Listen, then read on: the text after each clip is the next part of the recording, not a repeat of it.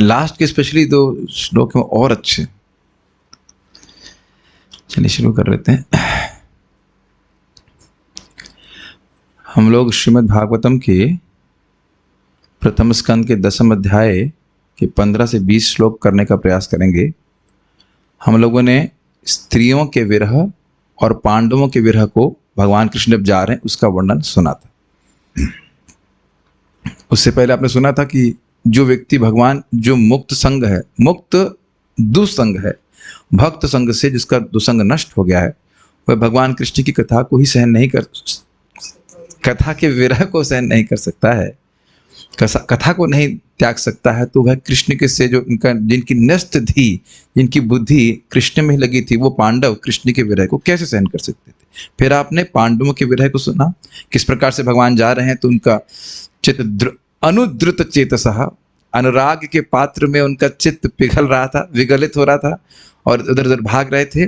और स्त्रियां भी कृष्ण से, कृष्ण जा रहे हैं तो उनकी आंखों में आंसू उमड़ रहे हैं, लेकिन कृष्ण का कोई अमंगल ना हो जाए। वैसे तो अमंगल नहीं हो सकता, लेकिन प्रेमवश ऐसा सोच रही हैं कि कहीं अमंगल ना हो जाए, इसलिए अपने अंचल, कहते हैं ना, साड़ी के अंचल से आंसू छुपा रही हैं। ये सब आपने सुना था। अब इसके आगे क्या हो रहा है जब जा रहे हैं कृष्ण, इसका वर्णन आप सुनिए। मृदंग शंख भैर्यश्च, मृदंग शंख भैर्यश्च, वीणा पणव गोमुखाः, वीणा पणव गोमुखः, दंधुर्यानक घंटाद्या, दुन्दुर्यानक घंटाद्या, नेदुर्दुन्दुभयस्तथा, नेदुर्दुन्दुभयस्तथा। इसका मैं केवल अनुवाद पढ़ लूंगा। यहाँ 10 प्रकार के वाद्यंत्र हैं, उनका वर्णन है। ये सब बज रहे थे भगवान जब जा रहे थे। तो हस्तिनापुर के राजमहल से भगवान के प्रस्थान समय उनके सम्मान में विभिन्न प्रकार के ढोल, यथा मृदंग, ढोल, नगाड़े, दुंधुरी तथा दुंदुभी एवं तरह तरह की वंशियां, बीणा, गोमुख और भेरियां एक साथ बज उठे। तो इसमें कोई विशेष हमको यहाँ बताना नहीं। अगला देखिए।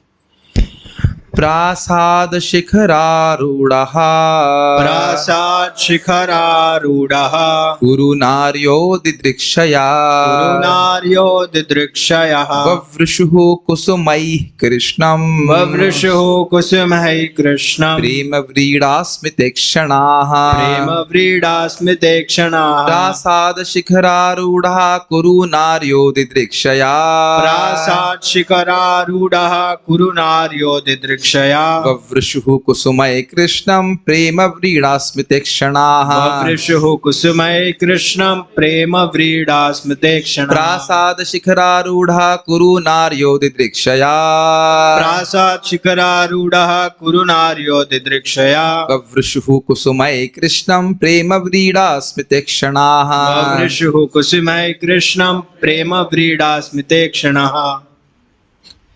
भगवान को देखने की प्रेममयी इच्छा से कुरुओं की राजवंशी स्त्रियां राजमहल की छत पर चढ़ गईं और स्नेह तथा लज्जा से युक्त हंसती हुई भगवान पर पुष्पों की वर्षा करने लगी। हस्तिनापुर में आ गया आपका मन कि नहीं आया? अभी समेट रहे हैं अपने मन को।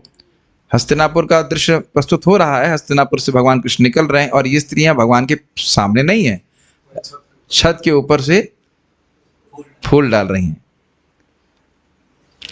स्वाभाविक सी बात है कि हस्तिनापुर का अर्थ केवल, मतलब ये नहीं होना कि राजमहल, ऐसे तो राजमहल जी लिखा है, भगवान कैसे जा रहे होंगे हम तो उसकी कल्पना नहीं कर सकते कि महल क्या होगा, लेकिन आप समझ सकते हैं कि ऐसा कुछ होगा व्यवस्था कि कृष्ण जा रहे हैं तो या तो दोनों तरफ व्यवस्था होगी तो उससे फूल फेंक रहे होंगे। कि अब ऐसे तो नहीं कृष्ण दूर निकल गए और बहुत दूर से फेंक रहे हैं, ऐसा तो संभव है नहीं स्त्रियों के लिए। तो रथ यात्रा में, हाँ बहुत अच्छा, रथ यात्रा में हमने भरतपुर में देखा कैसे भक्त लोग फूल फेंक रहे थे। बस एक हंसी की बात थी, एक व्यक्ति मशीन लाके फेंक रहा था। हमने देखा था जो भूसा फेंकने वाली मशीन होती है उसको लगा करके फूल फेंक रहा था। Quite an improvisation. ऐसा करने से तो भागवत में नाम नहीं आएगा कि भूसा लगा करके भूसा मशीन से फूल फेंक रहे थे। आपने देखा था? हमने देखे थे। भूसा मशीन होते हैं ना जिसमें भूसा फेंकते, उससे मशीन से, उसी तरह की मशीन से वो फूल फेंक रहे थे। जो भी वो भाव तो था उनका। कलयुग है तो यंत्र तो उपयोग होगा ही। लेकिन आप थोड़ा सा एकदम आंख बंद कर कैसे भी करके विचार कीजिए कि वहाँ पे स्त्रियां हैं, उनके सबके हाथ में शायद एक डोलची भी होगी, फूल होंगे और सब ऐसे जय हो ऐसा करके जो भी कुछ बोल बोल करके उत्साह। और देखिए इससे पहले वाले श्लोक में हमने क्या सुना था, मृदंग बज रहा है, नगाड़े बज रहे हैं, तो एक प्रकार का उत्साह भी है। कोई रो करके तो कृष्ण की विदाई नहीं की जाएगी, और उसमें भी वह सब विरह तो हो ही रहा है, लेकिन खूब आनंद भी बहुत हो रहा है कृष्ण को देखने के लिए। और एक आश्चर्य की बात देखिए, है वो छत पे फिर भी लज्जा से युक्त है, चेहरा ढक रही होंगी जैसे भी करें, फिर भी लज्जा से युक्त है।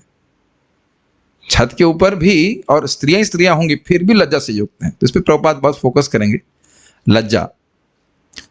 अभी हम पहले थोड़ा देखते हैं। प्रासाद शिखरा, प्रासाद का अर्थ होता है महल। महल के शिखर मतलब ऊपर के भाग में, ऐसा नहीं शिखर मतलब टॉप के ऊपर। शिखर का अर्थ नहीं समझेगा कि टॉप पे कोई खड़ा हो सकता है, यहाँ वो उसको मतलब नहीं होगा। छत के ऊपर ऐसे खड़े थे। आरूढ़ा का अर्थ क्या होता है, चढ़ गई, तो कुर्सी मतलब चढ़ करके ऊपर।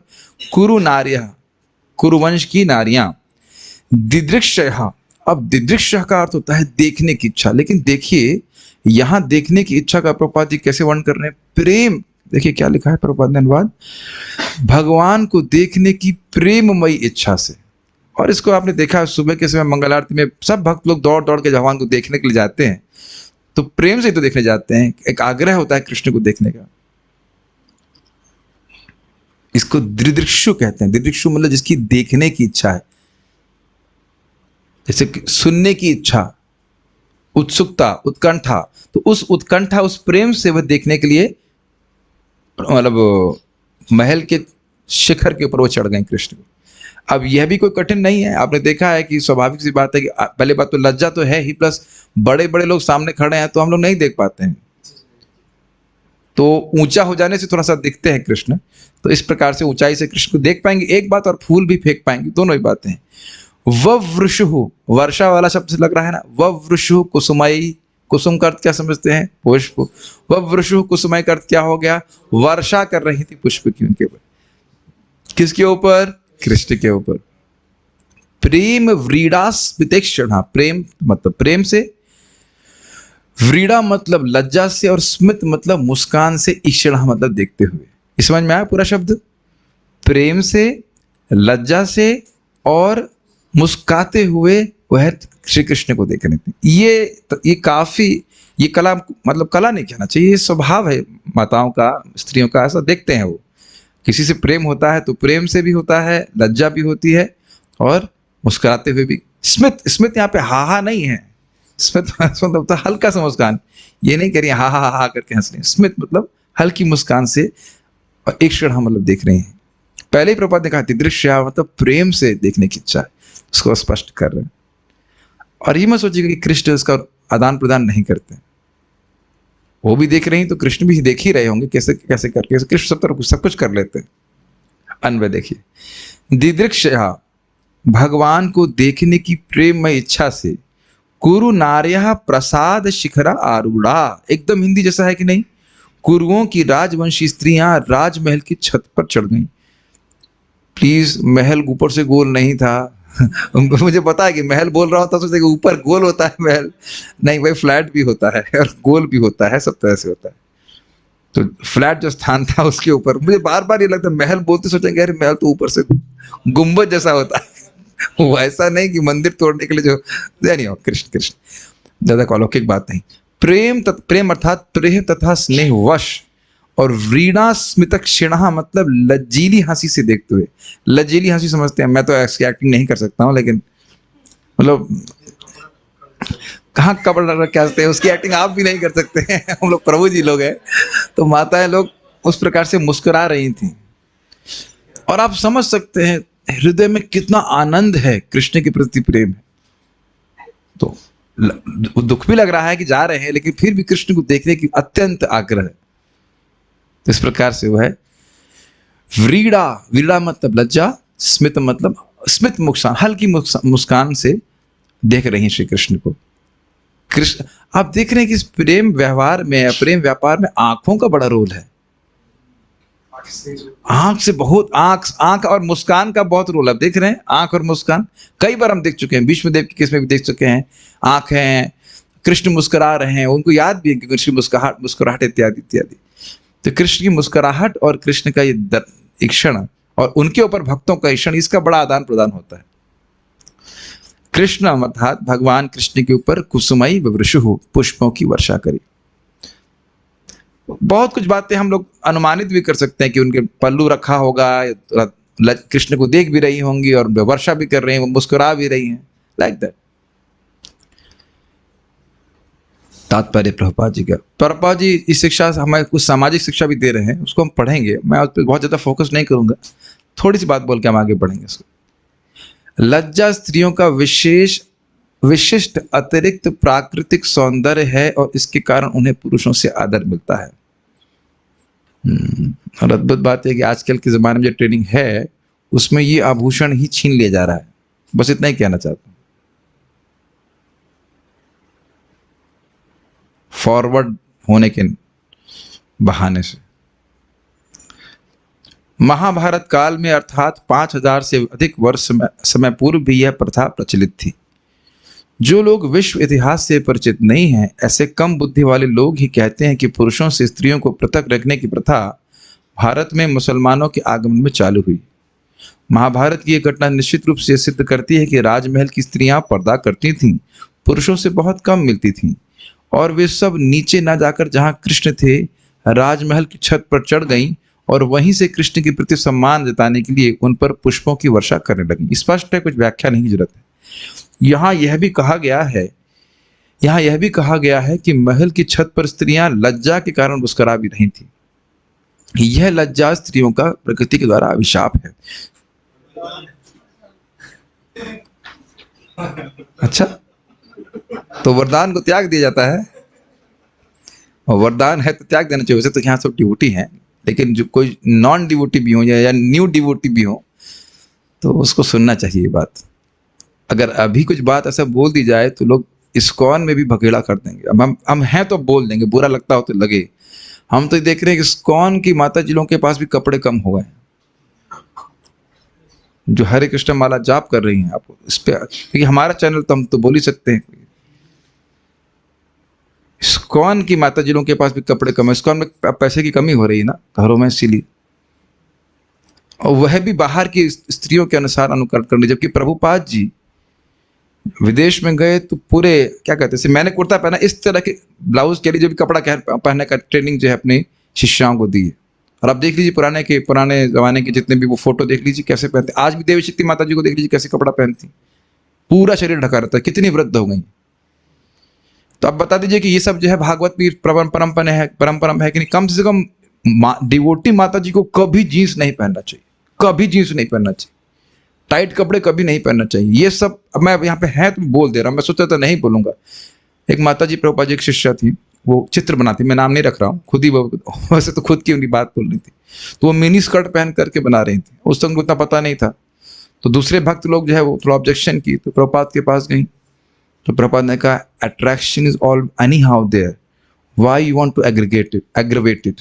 ऐसी स्त्री पुरुष में आकर्षण होता है, आप क्यों इस प्रकार से उस आकर्षण को बढ़ा रही हैं। Then she started dressing properly. तो ये बात बहुत महत्वपूर्ण है कि वैष्णव सदाचार में क्या वेशभूषा हम पहन रहे हैं, बहुत महत्वपूर्ण। और ऐसा भी नहीं है, मैं केवल भक्त माता जी की बात कर रहा हूं। देखिए, धर्म सबको अपना सीखना चाहिए। भक्त माता जी को ऐसा नहीं सोचना चाहिए कि भक्तों के बीच में आए तो ठीक कपड़ा पहने, और कहीं बाहर अब भक्तों के बीच चलेंगे तो बस गंगा रहे तो गंगा राम और जमुना गए तो जमुना राम। नहीं, समझ रहे हैं। अब देखिए, मेरे मन में जो आ रहा है मैं बोल दे रहा हूँ, चाहे सब लोग क्लास छोड़ दे। गर्मी मेरे को नहीं लगती है। हम तो ये क्या कहते हैं, पूरा कुर्ता पहन रहे हैं, और बाकी लोगों को स्त्रियों को विशेष गर्मी लगती है। यहाँ तक तो हम देख रहे हैं कि जाड़े में भी स्वेटर नहीं पहनते और खुला कपड़ा पहनकर चलते हैं। बताइए, क्या मूर्खता नहीं है? ये बाहर की स्त्रियों की बात को छोड़ दीजिए, वो तो निर्लज हो ही गई हैं। हम तो स्कॉन डिवोटीज को देख रहे हैं जो तथाकथित रूप से स्कॉन रूप से कनेक्टेड है। क्या आदर्श प्रस्तुत कर रहे हैं आप बताइए। और कई बार हम बोलते तो कह देते हैं कि अरे आपकी स्कॉन की लड़कियां भी तो ऐसे ही पहन रही हैं। हमने कहा क्या करें, मेरी लड़कियां तो है ना मतलब मेरी बात तो ना मानने वाली, वो ट्रेनिंग की प्रॉब्लम है। और आप ये समझिए इस बात को कि यहाँ प्रभुपाद क्या कह रहे हैं, लज्जा स्त्रियों का प्रकृति के द्वारा वरदान है। मैं सोच रहा था कि नहीं बोलूं, लेकिन अब जो हृदय जब प्रेशर पड़ता है तो हृदय की बात बाहर आ जाती है। What is the difficulty in covering the body itself? कपड़ा शरीर शरीर से कहते हैं तन को ढकने के लिए होता है। तो इतना बोल के हम आगे बढ़ रहे हैं, दिमाग लगा कर चलिएगा बस। दिमाग नहीं है तो फिर क्या कह सकते हैं, फिर तो नहीं। हाँ बस हम और कुछ नेगेटिव नहीं बोलेंगे, लेकिन ये हम कितनी बार डिस्कस कर चुके हैं फोरम्स में, कोई डिस्कशन इस प्रकार का करना नहीं चाहता, सोचता है कि बारूद पे अग्नि नहीं लगाना चाहिए, तुरंत ही शायद उसके क्लास बैन हो जाएगी, क्या बोल रहे हैं। प्रभुपाद जी नहीं बोल रहे हैं, बताइए आपको पता है कि नहीं पता। महाप्रभु आप पढ़ेंगे, महाप्रभु जब प्रकट हुए तो सीता माता जानती हैं, अद्वैत आचार्य जी की पत्नी, वो पालकी में आई उनको गिफ्ट देने के लिए। इतना वहां पे रेस्ट्रिक्शन था। तो अब उस प्रकार से तो हम नहीं कोई कहा जा रहा है इस प्रकार से करने, कम से कम अपने वस्त्रों पे तो कम से कम कंट्रोल होना चाहिए। ठीक है, ओके, ठीक है।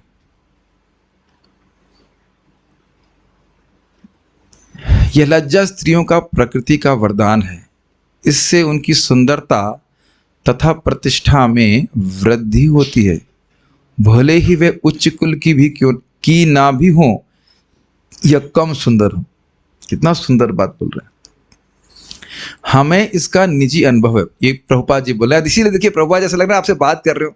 हमें इसका निजी अनुभव है। एक मेहतरानी स्त्रियोचित लज्जा के कारण अनेक भद्र पुरुषों की श्रद्धा भाजन बनी हुई थी, मतलब उनकी वो सम्मानित हो रही थी, जबकि काम एकदम निम्न कर रही हैं। सड़क पर घूमने वाली अर्धनग्न नारियां सम्मान नहीं प्राप्त कर पाती हैं, चाहे वो ब्रांडेड हो या नहीं। अनब्रांडेड, ब्रांडेड मतलब इस्कॉन ब्रांडेड, और नहीं भी हो डिवोटी ब्रांडेड। डिवोटी होकर तो और लोग लांछन करेंगे, अरे डिवोटी होकर ऐसा करती हो। खैर आज तो कोई कुछ सोचता ही नहीं आजकल। लेकिन एक लज्जाशील मेहतरानी सबों से सम्मान पाती है। वेरी वेरी, प्रभुपाद जी कोई मौका नहीं छोड़ते हैं सामाजिक शिक्षा देने का भी। प्रभुपाद जी का भी किसी, हाँ हम लोग भक्त लोग हिंदी में अनुवाद कर रहे हैं प्रभुपाद जी के लेक्चर्स को, उसमें लिखा है, प्रभुपाद जी कह रहे हैं कि सदाचार तो वैष्णव का आभूषण है। वैष्णव सदाचार ना हो तो वैष्णव सुंदर ही नहीं दिखता है। तो ये वैष्णव मतलब वैष्णवी भी है ना, तो सभी का सदाचार होना चाहिए किसी भी तरह से। महाराज, अब महाराज के शब्द सुन लीजिए। परम पूज्य राधा गोविंद महाराज बोलते हैं, देखिए जीव में भोग वासना ऐसे ही है, और अगर हम ऐसे अपने आप को प्रस्तुत कर रहे हैं जिससे कि सामने वाले की भोग वासना बढ़ जाए, तो क्या हिंसा नहीं है इसके प्रति? आप समझ रहे हैं, कुछ समझ रहे हैं इस बात को? जीव को भगवान की विस्मृति में डाल देना ये हिंसा है, भोग वासना बढ़ा देना हिंसा है। और दुनिया में सब लोग हरे कृष्णा नहीं कर रहे हैं, दुनिया में सब लोग भक्त हैं नहीं, दुनिया में लोग पशु के समान हैं, तो उनके अनुसार चलने वाला व्यक्ति पशु ही बनेगा। ये सब बातें शायद सुनने में खराब लगेंगी, लेकिन ट्रेनिंग देंगे। मेरी दादी बोल रही थी कि 7 साल की उम्र से उनको साड़ी पहनने की ट्रेनिंग दी जा रही है, 7 ईयर्स। और आजकल मैं क्या बोलूं, मैं यही क्लासरूम में बैठा था, एक माता जी आए, पूरा परिवार आया, उनकी लड़की 10 साल की होगी, एकदम हाफ निक्कर पहन के मेरे सामने बैठी।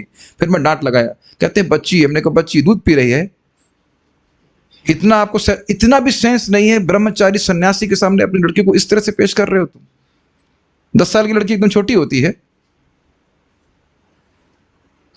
अब देख रहे हैं कि क्रोध मुझे इसलिए आ रहा है कि वो सोच रहे लड़की हमारी बड़ी सुंदर लग रही है, तुम क्या सारी लज्जा तो तुम खुद ही उतार दे रहे हो। ऐसे कहा कहूं मैं, अपने ही बच्ची लड़की की लज्जा आप स्वयं उतार दे रहे हैं। गलत तो नहीं कह रहे ना? कौन जा रहा है कपड़ा लाने के लिए? कौन जा रहा है कपड़ा लाने के लिए? बताइए, लड़की खुद जा रही है। फिर मैंने बहुत प्लानिंग की थी कि इस पे नहीं बोलूंगा, लेकिन क्षमा कीजिएगा, लेकिन ये जो बात हमें दिखती है वो प्रस्तुत होती है। प्रभुपाद, इसलिए प्रभुपाद को रख रहे हैं इस बात पे। बोलने का हमारा कर्तव्य है, बाकी कोई सुने ना सुने। अरे हम ही लोग सोचिए, हम साधु लोग हैं, बने एटलीस्ट साधु बनने का प्रयास करें। हम गॉगल पहन के घूमेंगे, बताइए कैसा लगेगा आप लोग? महंगा हो सस्ता हो, केवल गॉगल पहनेंगे, मैं एकदम चक चक कुर्ता पहनूं तो आप लोग आक्षेप नहीं करेंगे साधु के क्या कर रहा है ये? हर किसी की मर्यादा है कि नहीं, बताइए? ठीक है। अब पता नहीं, मैं तो क्लास में देखिए मेरे हृदय में जो आता है बोलता कि कोई देखता हूँ ना, कोई माता जी लिपस्टिक ला के खड़ी तो और चुड़ैल जैसी लगती, बहुत गंदी लगती है। ये क्या है? अब तो जो अब मुझे आ रहा है भावना, जी आप मेरे को जो बोलना नेगेटिव बोल लेना, लेकिन हमारा जो भाव हम बिल्कुल प्रस्तुत करते हैं। ये शरीर वैसे भी आग को दिया जाने वाला है ना। देखा इधर इधर इधर लाल, इधर नीला, बंदरिया जैसा चेहरा बना देते। मुझे पता है कि लोग गाली देंगे, हमको पता है, लेकिन अभी तो म्यूट है सब लोग, तो इसलिए कोई गाली नहीं दे पाएगा, है कि नहीं। मैं भक्तों की बात कर रहा हूँ, भक्तों को इस प्रकार का नहीं करना चाहिए, शिक्षा ना होने कारण से कर रहे हैं। हाँ हाँ ठीक है, अरे रुक जाएगा, बस बस हो गया, अभी हम पढ़ लेते जाए बस अब। लेकिन हमारी भावना थी हमने प्रस्तुत कर दी, बाकी जो करना चाहे करिए। अरे मैं तो म्यूट हो गया, कोई सुना ही नहीं, वाह वाह, ठीक है ठीक है। मानव सभ्यता मनुष्य को, देखिए अभी मैं नेगेटिव बोल रहा हूं और अभी आप देखिएगा स्त्रियों का कितना गुणगान होगा। तो हम भक्ति को कभी मतलब भक्ति इस पे निर्भर नहीं करती है, लेकिन जो वाकई भक्त है उसके हृदय में तो वैराग्य होना चाहिए, चाहे लड़की हो चाहे लड़का हो। इससे पहले हम आगे जाएं, आप जानते हैं लखा हीरा वैश्या थी और उसी जन्म में भगवान की भक्ति करके इतना वैराग्य और इतनी भक्ति प्राप्त कर ली, महापरम वैष्णवी हो गई कि उसका दर्शन करने के लिए महान महान वैष्णव आया करते थे। तो ये समझ समझे कि हम स्त्री पुरुष वाली बात कर रहे हैं। अरे हम जब पुरुष आएंगे तो पुरुषों पे भी बोलते हैं, फटे जीन्स पता नहीं क्या क्या पहन करके घूमते रहते, तो कोई ये स्त्री पुरुष का ऊंचा नीचे दिखाने वाली बात नहीं हो रही है। जो गलत आचरण उसके खिलाफ, गलत जो है उसके अगेंस्ट पे बोला जा रहा है बस। और आप देखिए कितना सुंदर, यहाँ पे क्या इनकी निंदा हो रही स्त्रियों की। भागवत के प्रथम स्कंद में उनको रखा जा रहा है तो उनकी प्रशंसा ही तो हो रही है ना, क्योंकि कितना प्रेम था भगवान के प्रति। ये तो नहीं बोल रहे हैं कि जीन्स पैंट पहन के, गॉगल पहन करके फूल फेंक रही हैं। है कि नहीं। तो आप ये नहीं कह सकते कोई भी कपड़ा पहन के भक्ति होती है। मानव सभ्यता मनुष्य को माया के चंगुल से छूटने में सहायक बनने के लिए है, जैसा कि भारत के ऋषियों मुनियों की संकल्पना थी। स्त्री की भौतिक सुंदरता मोह है, क्योंकि शरीर वास्तव में पृथ्वी जल अग्नि वायु इत्यादि से बना हुआ है, लेकिन ये दिखाई नहीं पड़ता इस प्रकार से, जो व्यक्ति मोहित होता है। लेकिन पदार्थ के साथ जीवंत स्फुलिंग का संयोग है, अतएव यह सुंदर लगता है। कोई मिट्टी की गुड़िया के प्रति आकृष्ट नहीं होता, यद्यपि यह दूसरों का ध्यान आकृष्ट करने के उद्देश्य से अच्छी बनाई जाती है। क्या बात प्रभुपाद बोल रहे हैं। पहले पूरा पढ़ता हूं फिर समझाऊंगा। मृत शरीर में कोई सौंदर्य नहीं होता, क्योंकि कोई भी तथाकथित सुंदर स्त्री के मृत शरीर को स्वीकार नहीं करेगा। अतएव निष्कर्ष यह निकला कि आत्मा का स्फुलिंग ही सुंदर है, और आत्मा की सुंदरता से ही मनुष्य बाह्य शरीर की सौंदर्य के प्रति आकृष्ट होता है। इसलिए वैदिक ज्ञान हमें झूठी सुंदरता के प्रति आकृष्ट होने से मना करता है। लेकिन चूंकि अब हम अविद्या के अंधकार में हैं, अतएव वैदिक सभ्यता स्त्री तथा पुरुष को मिलने की सीमित छूट देती है। वेदों का कहना है कि स्त्री अग्नितुल्य है और मनुष्य नवनीत यानी मक्खन के समान है। नवनीत अग्नि के संसर्ग से अवश्य पिघलता है, अतएव आवश्यकता पड़ने पर ही उन्हें पास पास लाना चाहिए, और लज्जा ही अनियंत्रित मिलने जुलने पर प्रतिबंध स्वरूप है। यह प्रकृति का वरदान है और उसका उपयोग होना चाहिए। थोड़ी बातें जो प्रभुपाद जी कह रहे हैं हम बताएंगे। पहली बात तो ये देखिए, ये है कि स्त्री का पुरुष के प्रति आकर्षण और पुरुष का स्त्री के प्रति आकर्षण, यही हमको इस जगत में बारंबार बांध रहा है। पुंस स्त्रिय मैथुनी भावम एवं तयोर मिथो हृदय ग्रंथि माहो अतः क्षेत्र सुताप्त वित्रे जनस समूहम अयम अमेति। स्त्री पुरुष का आकर्षण के कारण व्यक्ति शादी करता है, संग इत्यादि करता है, उसी से मोह उत्पन्न हो जाता है कि मैं शरीर हूँ और शरीर से संबद्ध वस्तुएं मेरी हैं इत्यादि सब अहंकार बढ़ता है।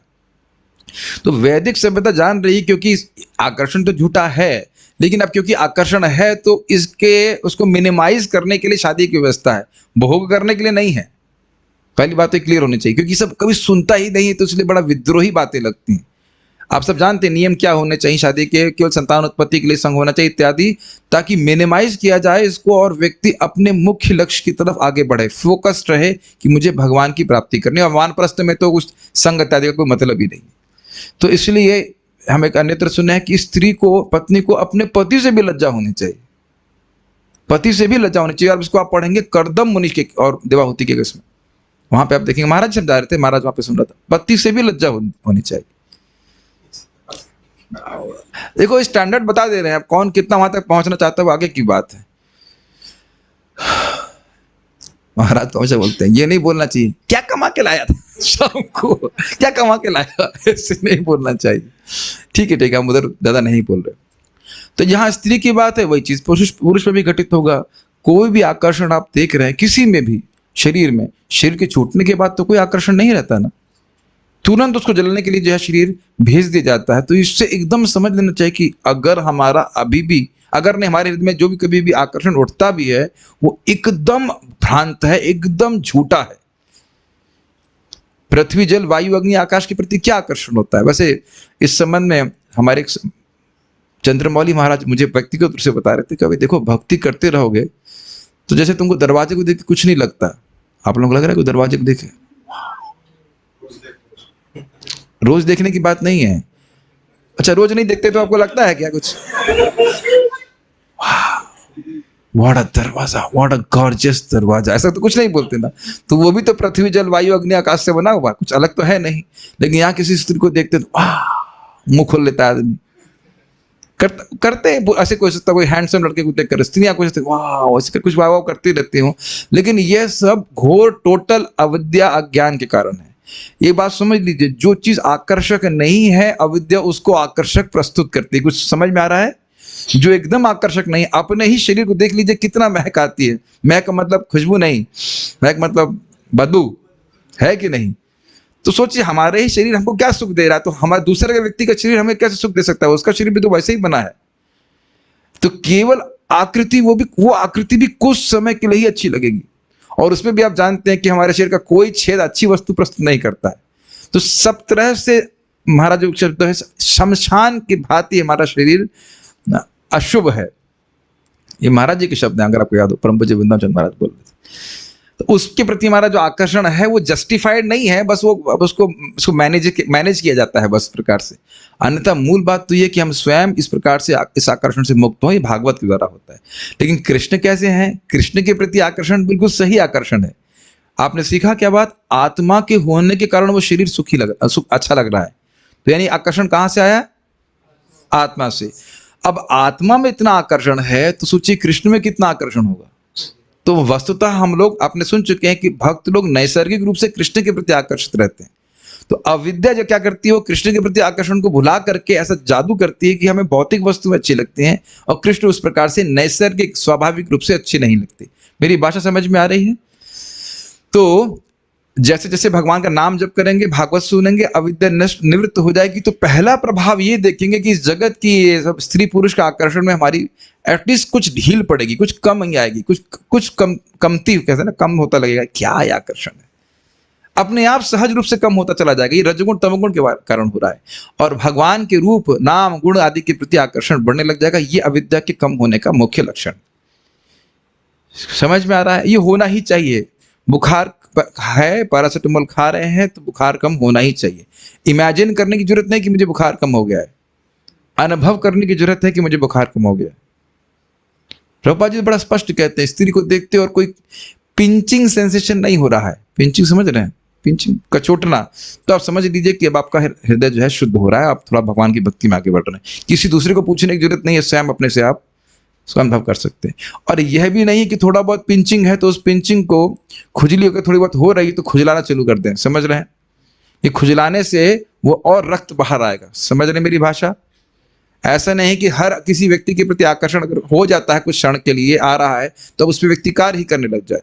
बहुत से लोग यंग है, मैं इसलिए बोल रहा हूं, इसको इन्फैचुएशन कहते हैं। आज आपको अच्छा लग रहा है, और जानते हैं चंद्रमुखी, सूरजमुखी और ज्वालामुखी, है कि नहीं? है कि नहीं? जो आज महाराज बता रहे थे, परम पूज्य वृंदावन चंद्र, आज एकदम जो है बिल्कुल क्या कहते हैं, गर्लफ्रेंड बॉयफ्रेंड हट नहीं रहे दूसरे से। आपको देखा 2 साल बाद वही शादी होने के बाद कोर्ट में खड़े हुए। इस रजोगुण के कारण हो रहा है। तो इस बीमारी से बचने का प्रयास है। अगर बच गए इस जीवन में तो बहुत सारी परेशानी से बच जाएंगे, बहुत सारी परेशानी से। ये भूरी जन प्रभु मुझको बोले, वो मुझको एकदम सामने बोले थे, क्लास में बैठे हुए थे। सनक सनातन प्रभु बोले, अब बच्ची तो नहीं इनके यहाँ पे, ठीक बोले, खुद से बोले। पंचकोड़ा प्रभु बोले, और एक और भक्त, ये तो सीनियर डिवोटीज हैं और जूनियर डिवोटीज भी बोलते ही हैं। इससे जूनियर मतलब मुझसे भी जूनियर लोग भी बोले जिनकी शादी हो चुकी है। अब इसको करनी है तो करेगा, लेकिन जो भी बात है। लेकिन पॉइंट ये है कि इस प्रकार का आकर्षण एकदम मिथ्या आकर्षण है आत्मा की वृत्ति। और ध्यान दीजिएगा कि वैकुंठ में स्त्रियां बड़ी सुंदर हैं, अत्यंत सुंदर हैं, और पुरुष भी सुंदर है, लेकिन आपस में आकर्षण नहीं है, क्योंकि कृष्ण कथा में अत्यंत आकर्षण है भागवत सुनने वाले। तो ये समझ गए बात। तो इस प्रकार से हम लोगों का एटलीस्ट स्त्रियों को या पुरुषों को दोनों को ही कर्तव्य है, दोनों का कर्तव्य है कि वह इस प्रकार का वस्त्र न धारण करें जिससे दूसरे का मन क्षुब्ध हो, भोग वासना बढ़े। तो जो लोग अच्छे बुद्धि वाले वो समझ लेंगे। और दूसरी एक और बात ये भी इंपॉर्टेंट है कि स्त्री और प्रभुपाद यहाँ बता रहे हैं, स्त्री और पुरुष मक्खन और अग्नि के समान, तो पिघलेंगे ही। तो इसलिए कभी भी अकेले स्त्री के संग नहीं बैठना चाहिए। अब पत्नी है अलग बात है, लेकिन वैसे नहीं बैठना चाहिए, नहीं तो जमिनी की कथा आप जानते ही, ठीक है। तो हम क्षमा कीजिएगा, जो है भूल जाइए, हम जो बोले उसको कुछ नहीं लेकिन था, मैं प्लानिंग किया था, मैं संकल्प लिया था कि नहीं बोलूंगा, लेकिन स्वभाव के कारण मैं बोल दिया। अब फिर से हम आगे कथा में आ जाते हैं। तो हम वापस कथा में आ जाते हैं। कथा है कि बड़ी लज्जा के संग, प्रेम के संग मुस्कुराते हुए भगवान कृष्ण पे वह फूल वर्षा कर रहे हैं। अब यहाँ पे वो कह रहे हैं अर्जुन किस प्रकार से उन पर छत्र लेकर के चल रहे हैं प्रेम से। बोलिए, सितात पत्रम जग्राह, सितात पत्रम जग्राह, मुक्तदाम विभूषितम, मुक्तदाम विभूषितम, रत्नदंडम गुडाकेशः, रत्नदंडम गुडाकेशः, प्रियः प्रियतमस्यः, प्रियः प्रियतमस्यः, सितात पत्रम जग्राह, सितात पत्रम जग्राह, मुक्तदाम विभूषितम, मुक्तदाम विभूषितम, रत्नदंडम गुडाकेश, रत्नदंडम गुडाकेशः, प्रियः प्रियतमस्यः, प्रियः प्रियतमस्यः। बात देखिए, उस समय महान योद्धा तथा निद्रा को जीतने वाले अर्जुन ने, जो परम प्रिय भगवान का घनिष्ठ मित्र था, एक छाता ले लिया जिसका हत्ता रत्नों का था और जिसमें मोतियों की झालर लगी थी। बहुत सिंपल अनुवाद लग रहा है, अब देखिएगा टीका, बहुत सुंदर सुंदर टीका है इस पे, अच्छी टीका है। पहले तो है सितात पत्रम। सितात पत्रम का मतलब ऐसा छत्र जो श्वेत था और बहुत सुख देने वाला था। जग्राह मतलब उसको उठा लिया, पकड़ लिया। और उसके बाद कह रहे हैं मुक्ता दाम विभूषितम। मुक्ता दाम का मतलब यहाँ पे क्या है? हाँ, मुक्ता मतलब रत्न और दाम मतलब हत्ता। अम्ब्रेला का हत्ता होगा ना, तभी तो पकड़ेंगे। तो उससे वो जो हत्ता था वह रत्नों से विभूषित था। किसने पकड़ लिया? सॉरी, क्षमा, मैं गलत बोल गया, क्षमा कीजिएगा, क्षमा कीजिएगा। मुक्त दाम विभूषितम मतलब वो जो छत्र था वह मुक्ता की लड़ियों से विभूषित था, क्षमा कीजिएगा। हाँ, वही तो कह रहे, मोतियों की लड़ लगी हुई थी। आप समझ सकते हैं कि वो, अरे छतरी मतलब हमारा वो काला वाला छतरी नहीं जैसे प्रभुपाद जी के छतरी लेते हैं ना, तो उसमें तो ऐसा मुक्ता नहीं लगा रखा है। यहाँ तो करतारी चुरा ले जाते हैं, तो मुक्ता तो पक्का लेके जाएंगे। आपने देखा है प्रभुपाद जी की परिक्रमा होती, करतारी लेके भाग जाता है, तो मुक्ता लगाएंगे तो गायब हो जाएगा। लेकिन उसमें आप समझ सकते हैं ऐसे लड़ी बनाई हुई है। मुक्तदाम विभूषितम, मुक्त की मालाओं से विभूषित था। मुक्ता मतलब मोतियों की माला से विभूषित था। रत्न दंडम, और उसका जो दंड था, हाथा, वह रत्न वाला था, रत्नों से जड़ा हुआ था। कौन पकड़ा हुआ था? गुडाकेश। गुडाकेश अर्जुन का नाम है। क्यों कहते हैं? क्योंकि उन्होंने नींद को जीत लिया था। छोटी सी कहानी सुनाएंगे इसके ऊपर, बहुत अच्छी कहानी है। जब ये पांडव लोग और कौरव ये सब द्रोणाचार्य के यहाँ पे पढ़ने के लिए गए थे धनुर्विद्या, तो द्रोणी अर्थात कृपि को, जो कि द्रोणाचार्य की पत्नी थी, उनको एक इंस्ट्रक्शन था, आप कभी भी पांडवों को, स्पेशली अर्जुन को, अंधेरे में भोजन नहीं देंगे।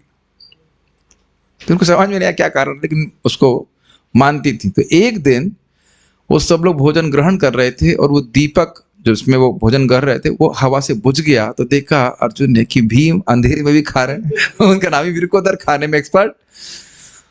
तो ने कहा जब ये अंधेरे में खा सकते हैं तो मैं अंधेरे में तीर के अभ्यास क्यों नहीं कर सकता। तो सुबह दिन भर तो अभ्यास करते ही और रात्रि में भी तीर का अभ्यास करना शुरू कर दिया। इसीलिए बड़ा प्रसन्न होकर बाद में द्रोणाचार्य को आशीर्वाद दिए कि तुम बेटा सबसे बड़े धनुर्धर बनोगे। इसलिए इनको गुडाकेशा कहते हैं। गुडाक मतलब नींद और ईशा मतलब कंट्रोलर, जिन्होंने नींद को भी अपने नियंत्रण में ले लिया था। प्राय हम लोग को तो नींद ही नियंत्रण में लेती है कि नहीं। भागवत क्लास में जब में आती ही रहती, उसमें कोई बड़ी बात नहीं, तो बहुत बड़ी बात है गुडाकेशा। तो यानी इतने बड़े समर्थ व्यक्ति, अब ध्यान दीजिएगा, गुड़ाकेश कहने का अर्थ है, प्रभुपाद ने क्या कहा, बहुत बड़े योद्धा और जिन्होंने नींद को भी जीत लिया, वह कृष्ण के लिए छाता लेके चल रहे। प्रिय प्रियतमस्य, प्रिय गुड़ाकेश, प्रिय मतलब कृष्ण को जो अत्यंत प्रिय हैं, और प्रियतमस्य मतलब कृष्ण जिनके प्रियतम है। तो परस्पर प्रेम का संबंध है। और हा का अर्थ क्या है वो भी आप देखिएगा, अभी नहीं बताऊंगा।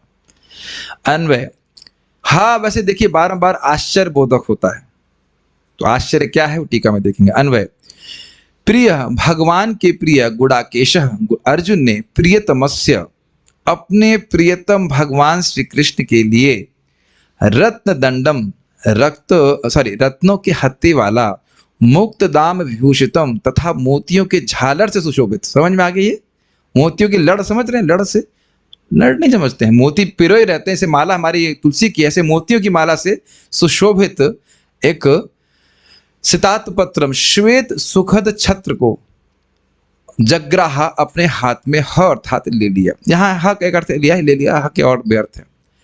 तो समझ रहे होंगे कि वहां कहीं सुंदर सा कोई छत्र होगा, इसको लेकर के वह कृष्ण के साथ साथ चल रहे। अब देखिए सारार्थ दर्शनी, गुड़ाकेशा अर्थात अर्जुन जिसने निद्रा पर विजय प्राप्त कर ली थी, इसकी व्याख्या मैंने कर ली। बाल प्रबोधिनी को देखिए, परंतु दूसरे के छत्र को ग्रहण करने के द्वारा स्वयं की न्यूनता मतलब नीचा होना, कम होना, अर्जुन किस प्रकार उत्पादित कर लिए?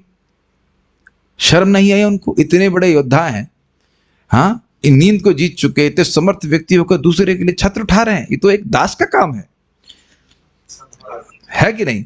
यदि यह शंका हो तो परस्पर प्रीति के कारण ऐसा हुआ। अर्थात सुनिए ध्यान से, जिस प्रकार अर्जुन से प्रीति के कारण भगवान ने सारथी बनना स्वीकार किया, उसी प्रकार भगवान से प्रीति के कारण अर्जुन भी उनके दास को स्वीकार किया करके ऐसा किए। इसको सूचित करने के लिए दोनों के विशेषण को कह रहे हैं प्रिय प्रियतमस्य से। समझ में आया? अर्जुन कृष्ण को प्रिय हैं और कृष्ण अर्जुन को प्रिय हैं। तो जिस प्रकार से भगवान तो भगवान हैं, लेकिन फिर भी सारथी बनते हैं अपने मित्र के लिए, तो उनका मित्र भी कृष्ण अर्जुन के लिए कृष्ण प्रियतम है। तो उनको सुखी करने के लिए अब ये नहीं सोच रहे हैं कि स्त्रियां क्या सोचेंगी। ध्यान दीजिएगा, कुछ ध्यान दे रहे हैं। इतनी सारी स्त्रियां हैं, उनके सामने इतना बड़ा क्षत्रिय है, किसी का छाता ढो रहा है, तो ये एक लज्जा की बात होगी ना बाह्य रूप से। वो सबसे वो मतलब नहीं है, कृष्ण से प्रेम है और इस कारण से छाता कृष्ण के ढो रहे हैं कि कृष्ण भी तो सारथी बने। तो प्रिय प्रियतमस्य का आशय समझ रहे हैं, दोनों एक दूसरे से प्रेम कर रहे हैं। हा शब्द से यह सूचित हो रहा है कि स्नेह के वेग की उत्कंठा से लोक और वेद की मर्यादा का भी उल्लंघन हो रहा है। कितने आश्चर्य की बात है। स्नेह का वेग समझ रहे हैं? स्नेह कृष्ण का के प्रति अर्जुन का स्नेह इतना अधिक है कि उत्कंठित होकर के यह भी नहीं कह रहे हैं किसी दास को कि आप तुम जाकर के कृष्ण का छत्र पकड़ो, स्वयं कृष्ण के लिए इस प्रकार से उद्यत है। समझ में आ रहा है? लोक में क्या होता है, क्षत्रिय हैं, बड़े क्षत्रिय हैं, और ध्यान देना चाहिए कि कुरु वंश वो पूरे विश्व का राज कर रहा है। अभी भी वो राजा बन गए हैं, तो उनके छोटे भाई तो एक लोक दृष्टि से कहें तो उच्च स्थान पे हैं अर्जुन। अच्छा, तो ये सब बातें बहुत ही कहने के लिए अच्छा नहीं लग रहा, क्योंकि वो तो भगवान के भक्त हैं, इसलिए कोई दिक्कत नहीं है, लेकिन फिर भी इस प्रकार से बात का उल्लंघन कर रहे हैं कि क्षत्रिय होकर के दास का काम कर रहे हो, ऐसा। तो किस वजह से है? स्नेहवश। तो जैसे भगवान अपने भक्तों से स्नेह कर रहे हैं, तो भक्त भी भगवान से स्नेह कर रहे हैं, ऐसे करें।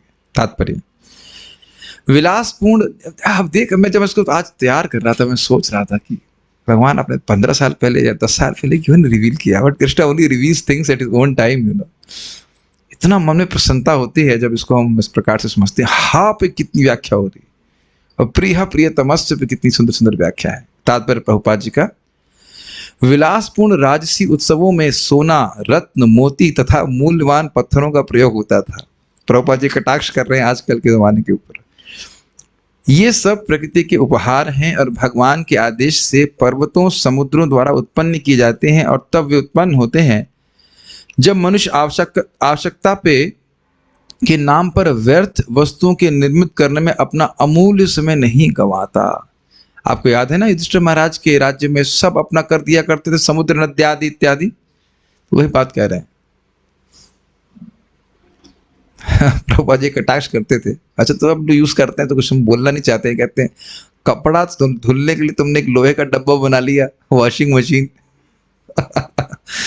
अभी ठीक है, लोग इस्तेमाल करते हैं, उसमें ज्यादा कुछ कटाक्ष नहीं करना, लेकिन प्रभुपाद जी कहते हैं इस प्रकार से कि अरे तुम 2 रुपए के ब्लेड से दाढ़ी बना सकते हो, उसके लिए तुमने मशीन बना ली, क्या तुमने प्रगति करी? है कि नहीं? सोचने वाली बात है। 2 रुपए का भी गलत बोल के, अभी भी चाहे 5 रुपए का ब्लेड आता हो जो भी, और उसके लिए बाद में मशीन बना रहा है, फिर उसकी मशीन खराब हो जाती है, फिर चार्जिंग करो। अब देख रहे एक वस्तु रखते हैं, उसके बाद पीछे कितनी सारी उसमें पूछ बनती चली जाती है, ये इसको मेंटेन करो इत्यादि इत्यादि। खैर चलिए, प्रभुपाद जी कहते थे भारत में तो गरीब आदमी एक धोती होता है तो वह भी धुल करके रोज पहनता है, तुम लोग 7 दिन में एक बार भी कपड़ा नहीं धुलते। पहले वो बोल रहे थे अपने शिष्यों को इस प्रकार से। औद्योगिक उपकरणों के तथाकथित विकास से वे सोना, चांदी, पीतल तथा तांबा जैसी धातुओं के बजाय गटा पार्चा, इसका गटा पार्चा का क्या मतलब होता है? नहीं, गटा एल्यूमिनियम नहीं होता, ये नहीं स्टील होता है। अपने मन से तुक्के मारो, इंग्लिश में कुछ लिखा है, जरा देखिएगा क्या लिखा है, शब्द याद नहीं आ रहा है क्या लिखा है उसमें, के बर्तनों को काम में लाते हैं। अब गटा पार्चर का मतलब क्या है? वे शुद्ध घी, हाँ प्लास्टिक कह लीजिए, हाँ प्लास्टिक के बर्तनों का काम में लेके आते हैं। और प्लास्टिक सबसे अपवित्र होता है खाने किसी भी चीज के लिए, तो खाने के लिए तो कभी नहीं ग्रहण करना चाहिए। बहुत तो भाई स्टेनलेस स्टील यूज कर सकते हैं। लेकिन मुझे याद है कि मुझे घर में बताया गया था पहले कि इसे हम तो आंखों पे स्वयं देखिए, फूल के बर्तन में दाल इत्यादि बना करती थी, है कि नहीं? फूल और कांसे इत्यादि में बनता था। और अभी भी आप लोग मेरे ख्याल से कांसा, पीतल के कुछ बर्तन में बनाते हैं ना दाल। स्टेनलेस स्टील के अलावा भी बनते थे हमारे बर्तन, हमने वहां पे चौपाटी में भी देखा, पीतल में तो कम से कम खाना बनता था। हाँ सेलम में आप बता रहे बनाते हैं, ब्रॉन्ज से बनाते थे। अब सब क्या बन रहा है, चलिए इसमें आगे करने की जरूरत नहीं, प्रपात कर रहे हैं उसको, हम आगे बढ़ रहे हैं। वे शुद्ध घी के स्थान पर कृत्रिम घी का प्रयोग कर रहे हैं। मार्गरीन तो शुद्ध नहीं होता है, पता नहीं क्या मार्गरीन यहाँ पे कैसे रख दिया गया। वे शुद्ध मार्गरीन यहाँ गलत चढ़ गया है, कृत्रिम घी के आगे मार्गरीन होना चाहिए। वे शुद्ध घी के स्थान पर कृत्रिम घी ब्रैकेट में मार्गरीन का प्रयोग कर रहे हैं, और शहरी जनसंख्या के 1/4 भाग के पास रहने के लिए कोई आश्रय स्थान नहीं है। ये घटना मेरे जीवन की बताऊंगा, थोड़ी सी लौकिक बात है लेकिन दिख रहा था। एक बार मैं जब पढ़ने जाता था कोचिंग में, बाहर बहुत पहले की बात कर रहा हूँ, 2001, तब भक्ति में कुछ पता नहीं था, तो बाहर कहीं राइस खा रहे थे, फ्राइड राइस, और उसने खूब सारा यही मार्गरीन डाल दिया। मैं खुश रह, इतना मक्खन डाल रहा है वो, ओ थूकने का भी मन नहीं, मतलब एकदम थूकने लायक भी नहीं था खाना वो मैं खुश हो गया, हमने इतने कम पैसे में 30 रुपए 40 में इतना मक्खन डाला। मक्खन नहीं था, वो मार्गरीन थी, उसी को जो भी होता है उसको पिघला करके उसने बना दिया। तब समझ में आया कि कितना घटिया वस्तु है। इसलिए कभी, वो तो मैं जब भक्त नहीं तब की बात कर रहा हूँ, कभी बाहर नहीं खाना चाहिए। क्या उपयोग करते हैं, कचरा वो सब हमारे पेट में जाता है। एनीवेज, और ये तो आप देख ही रहे हैं, प्रभुपाद जी इसको बोलते थे। अमेरिका में तुम लोग बहुत कहते हो पैसा है, तो ये बताओ कि ये रास्ते पे लोग क्यों सो रहे हैं? अमेरिका में भी लोग रास्ते में सो रहे हैं, बहुत गंदी हालत है सब यही। एंड यहाँ प्रपात कह रहे हैं कि देखो वहां इतना ऑपुलेंस था, इतना ऐश्वर्य था कि छत्र में भी मोतियों की माला लगी हुई है। ठीक है, तो ये आपने सुना किसके बारे में? अर्जुन के बारे में। अब उद्धव और सात्विकी के बारे में सुनिए। उद्धव सात्विकिश्चैव व्यजने परमाद्भुते विकीर्यमाणः कुसुमैः रेजे मधुपतिः पथि। अच्छा, ये देख रहे हैं कि सबका प्रेम अलग अलग प्रकार से प्रकट हो रहा है। स्त्रियां भले ही कृष्ण के पास नहीं जा सकती हैं, लेकिन प्रेम से, लज्जा से मुस्कुराते हुए फूल फेंक सकती हैं। तो कोई वहां पे कृष्ण ऐसा तो नहीं कह रहे हैं कि हम तुम्हारी सेवा स्वीकार नहीं कर रहे हैं। अर्जुन छत्र लेकर चल रहे हैं, और उद्धव सात्विकी जो है अब ये पंखा झलते हुए चल रहे हैं। अनुवाद: उद्धव तथा सात्विकी अलंकृत पंखों से भगवान पर पंखा झलने लगे, और मधु के स्वामी कृष्ण ने बिखरे हुए पुष्पों पर आसीन होकर उन्हें मार्ग पर चलने के लिए आदेश दिया। समझिए इसको। उद्धव सात्विकिश्चैव, उद्धव और सात्विकी। उद्धव कौन है? भगवान के कजिन ब्रदर है, चचेरे भाई। सात्यकी कौन है? सात्यकी भगवान के बॉडीगार्ड कहा जाता है और ये अर्जुन के शिष्य हैं। अर्जुन ने इनको धनुर्विद्या का उपदेश दिया था। व्यजने परमाद्भुते, व्यजन का अर्थ है पंखा। पंखा मतलब अब यही दिखाई देगी, शब्द का अर्थ क्या समझेंगे? पंखा मतलब झलने वाला पंखा। परम अद्भुत, बहुत सुंदर। अब परम अद्भुत का अर्थ यह है कि इससे बड़ी शीतल और सुगंधित वायु स्वतः बह रही थी।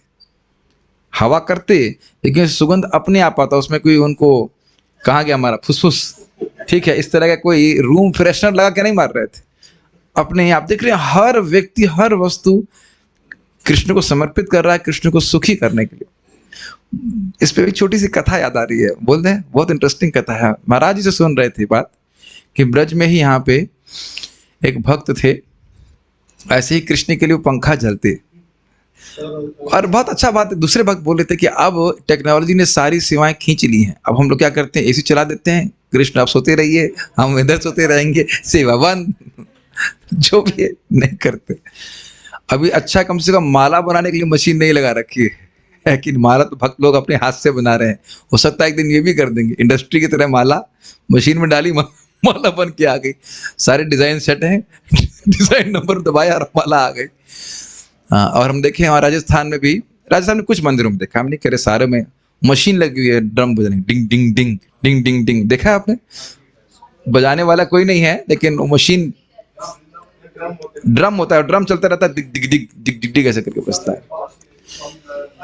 बहुत जगह होता है, तो मृदंग प्लेयर नहीं उनके पास, because they are not cultivating devotion. भक्ति करेंगे तो कितने लोग उत्साहित होते हैं मृदंग बजाने के लिए। तो हम खाली बात कर रहे थे तो वो झल रहे थे, ऐसे जैसे यहाँ पे उद्धव और सात्यकी कृष्ण को झल रहे हैं, ऐसे वो झल रहे थे। एक दिन करते करते नींद आ गई तो भगवान थप्पड़ मार दी उनको। उनको नहीं, कुछ तो होगा, नींद आ गई, उनको पंखा लग गया हो, कृष्ण को पंखा लग, कुछ भी हो, कृष्ण जोर से झापड़ मार दी। तो कह रहे हल्की सी झपकी लग गई, तुम इतना हमको पनिशमेंट दो कि हम नहीं करेंगे। तो फिर कृष्ण उनके गुरुजी से किसी के सपने में आता है और गुरुजी मिलने आते हैं तो सेवा करते हैं, ऐसे करके। तो क्या ये प्रेम का संबंध है? तो यहाँ पे वो व्यजने अर्थात पंखे से झल रहे हैं। विकीर्यमाण कुसुमय, विकीर्यमाण का आप पहले भी सुन चुके, विकीर मतलब बिखरे हुए। तो अब ये कुसुमय कहाँ से आए? कहाँ से आए बताओ? ऊपर से फेंक रही हैं तो अब एक जगह एक लाइन में तो नहीं गिरेंगे, तो सब जगह जो फूल गिरे हैं, फैले हुए हैं, पथी अर्थात पथ के ऊपर, उस पर पथी दिख रहा है शब्द, पथी मतलब पथ के ऊपर जो फूल गिरे हुए हैं उनके ऊपर मधुपति रेजे। मधुपति मतलब भगवान श्री कृष्ण ने उनको आज्ञा की, अब हम इस पे चलते हैं, आगे बढ़ते हैं। अब आपको बहुत सिंपल लगा ना? जरा ये सोचिए कि आपने जो फूल फेंका उस पे कृष्ण चरण रख रहे हैं तो कितना सुख मिलेगा। कभी सोचे इस तरह से? एक एक भागवत का श्लोक कितना सुंदर है। आपने मान लीजिए कोई फूल दिया और आपको आप देख रहे हैं कृष्ण उसे उठाए, सूंघे, कितना सुख मिल रहा होगा। तो इसलिए कह रहे रेजे, मधुपथी पथी, पथ जो फूल गिरे हुए हैं, जो स्त्रियों ने फेंके, जो अन्य भक्तों ने भी फेंके होंगे, तो उसके ऊपर चलने के लिए कृष्ण कहा कि चलते हैं उसके ऊपर। वो बहुत खुश हुई। अन्वय उद्धव सात्विकी चैवा, उद्धव तथा सात्विकी परमाद्भुते अत्यंत अद्भुत रूप से अलंकृत व्यजने पंखों से भगवान पर पंखा चलने लगे। तो परमाद्भुते का दो अर्थ है। एक अर्थ था कि देखने में बहुत सुंदर लग रहे थे, बहुत सुंदर अलंकारों से युक्त थे, जैसे कि अभी आपने क्या सुना था, छत्र, और उसी प्रकार से। और दूसरा चीज इसका अर्थ है कि इससे बहुत सुंदर सुगंधित शीतल वायु प्रस्तुत हो रही थी। मधुपति अर्थात मधु के स्वामी कृष्ण। मधु के स्वामी का अर्थ हो गया मधु वंशियों के स्वामी कह सकते हैं, और मधु मतलब माधुरता के स्वामी कह सकते हैं। तो दोनों तरह से मधुपति कह सकते हैं। पथि उस पथ पर जिस पर विकीर्यमाणा कुसुमयी पुष्प बिखरे हुए थे, उस पर उनको चलने का रेजी अर्थात आदेश दिया। किसको आदेश दिया? सात्विकी और उद्धव साथ में चल रहे थे। बाल प्रबोधिनी परमाद्भुते अर्थात स्वतः ही शीत एवं सुगंध वायु जनक पंखे। ठंडी, अब ये कैसे हो सकता है? कभी आपका एसी नहीं हो सकता है? जब एसी हवा फेंक सकता है ठंडी ठंडी, तो भगवान के लिए ऐसा पंखा नहीं हो सकता जो ठंडी ठंडी हवा फेंके? डोंट आस्क व्हाई, सब कुछ संभव है, कृष्ण के लिए सब कुछ संभव है। अरे जो कृष्ण केवल इच्छा मात्र से, देखते नहीं यहाँ पे कि एकदम गर्मी पड़ रही होती, एकदम कैसे कहते हैं सड़ी गर्मी कि नहीं शब्द यूज करते हैं यहाँ पे, एकदम सड़ी गर्मी, और अकस्मात ऐसे ठंडी हवा कृष्ण चला देते हैं, तो उनके लिए कोई ऐसा भक्त पंखा चला दे ठंडी ठंडी हवा कृष्ण को ले, कौन से आश्चर्य की बात। तो सुगंधित वायु जनक पंखे, कहेंगे वो कहाँ, सुगंध कहाँ से आई, एवरीथिंग कृष्ण कैन डू। अगला श्लोक देखिए। तो मुझे लग रहा है जल्दी हो जा रहा है, ठीक है। अब आएंगे थोड़ा व्याख्या करने वाला श्लोक। तो इससे पिछले वाले श्लोक में कौन पंखा चल रहा है, क्विज ले लेते हैं। उद्धव और सात्विक, ठीक। अश्रु, ये श्लोक बहुत सुंदर है, बहुत सुंदर।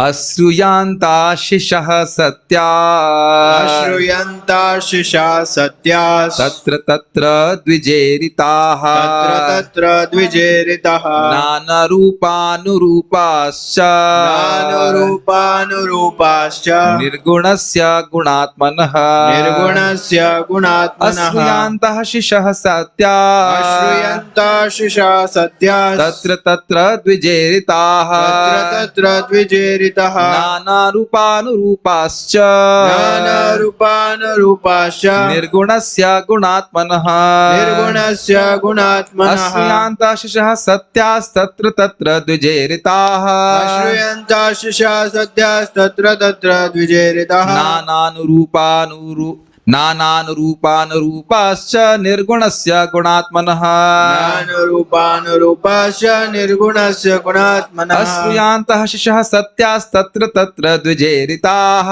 अश्रुयन्ताशिषा सत्यास्तत्र तत्र द्विजेरितः, नानारूपानुरूपाश्च निर्गुणस्य गुणात्मनः, नानारूपानुरूपाश्च निर्गुणस्य गुणात्मनः। बहुत सुंदर श्लोक है। चलिए पहले अनुवाद पढ़ते हैं इसका। जहां तहां यह सुनाई पड़ रहा था कि कृष्ण को दिए गए आशीर्वाद न तो उनके उपयुक्त हैं न अनुपयुक्त, क्योंकि ये सब उन परम पुरुष के लिए थे जो इस समय मनुष्य की भूमिका निभा रहे थे। ये बहुत सुंदर श्लोक है। अभी तक आप सब लोग देख रहे हैं ना, अपनी अपनी योग्यता के अनुसार हर व्यक्ति भगवान को अपना प्रेम समर्पित कर रहा है। जरा क्विज ले लीजिए, स्त्रियों ने क्या अर्पित किया? अश्रु नहीं अर्पित करे, फूल और लज्जा और स्मित मुस्कान, सब भूल गए। अर्जुन ने क्षत्रिय अर्पित किया, उद्धव और सात्विकी ने पंखा अर्पित किया। अब ब्राह्मण कह रहे हैं सुखी रहो, सुखी भवा, सुखी भवा, समझ रहे, मंगल हो, ये बोला अर्पित किया। और ये भी ब्राह्मणों का प्रेम भगवान के प्रति था। तो कह रहे हैं अश्रुयन्तः आशीषः सत्यः, सभी जगह से, तत्र तत्र, इधर जहां वहां, यहां वहां जहां भी ब्राह्मण थे, सब लोग भगवान कृष्ण को आशीर्वाद दे रहे थे। क्या कुछ वात्सल्य बोधित हो रहा है?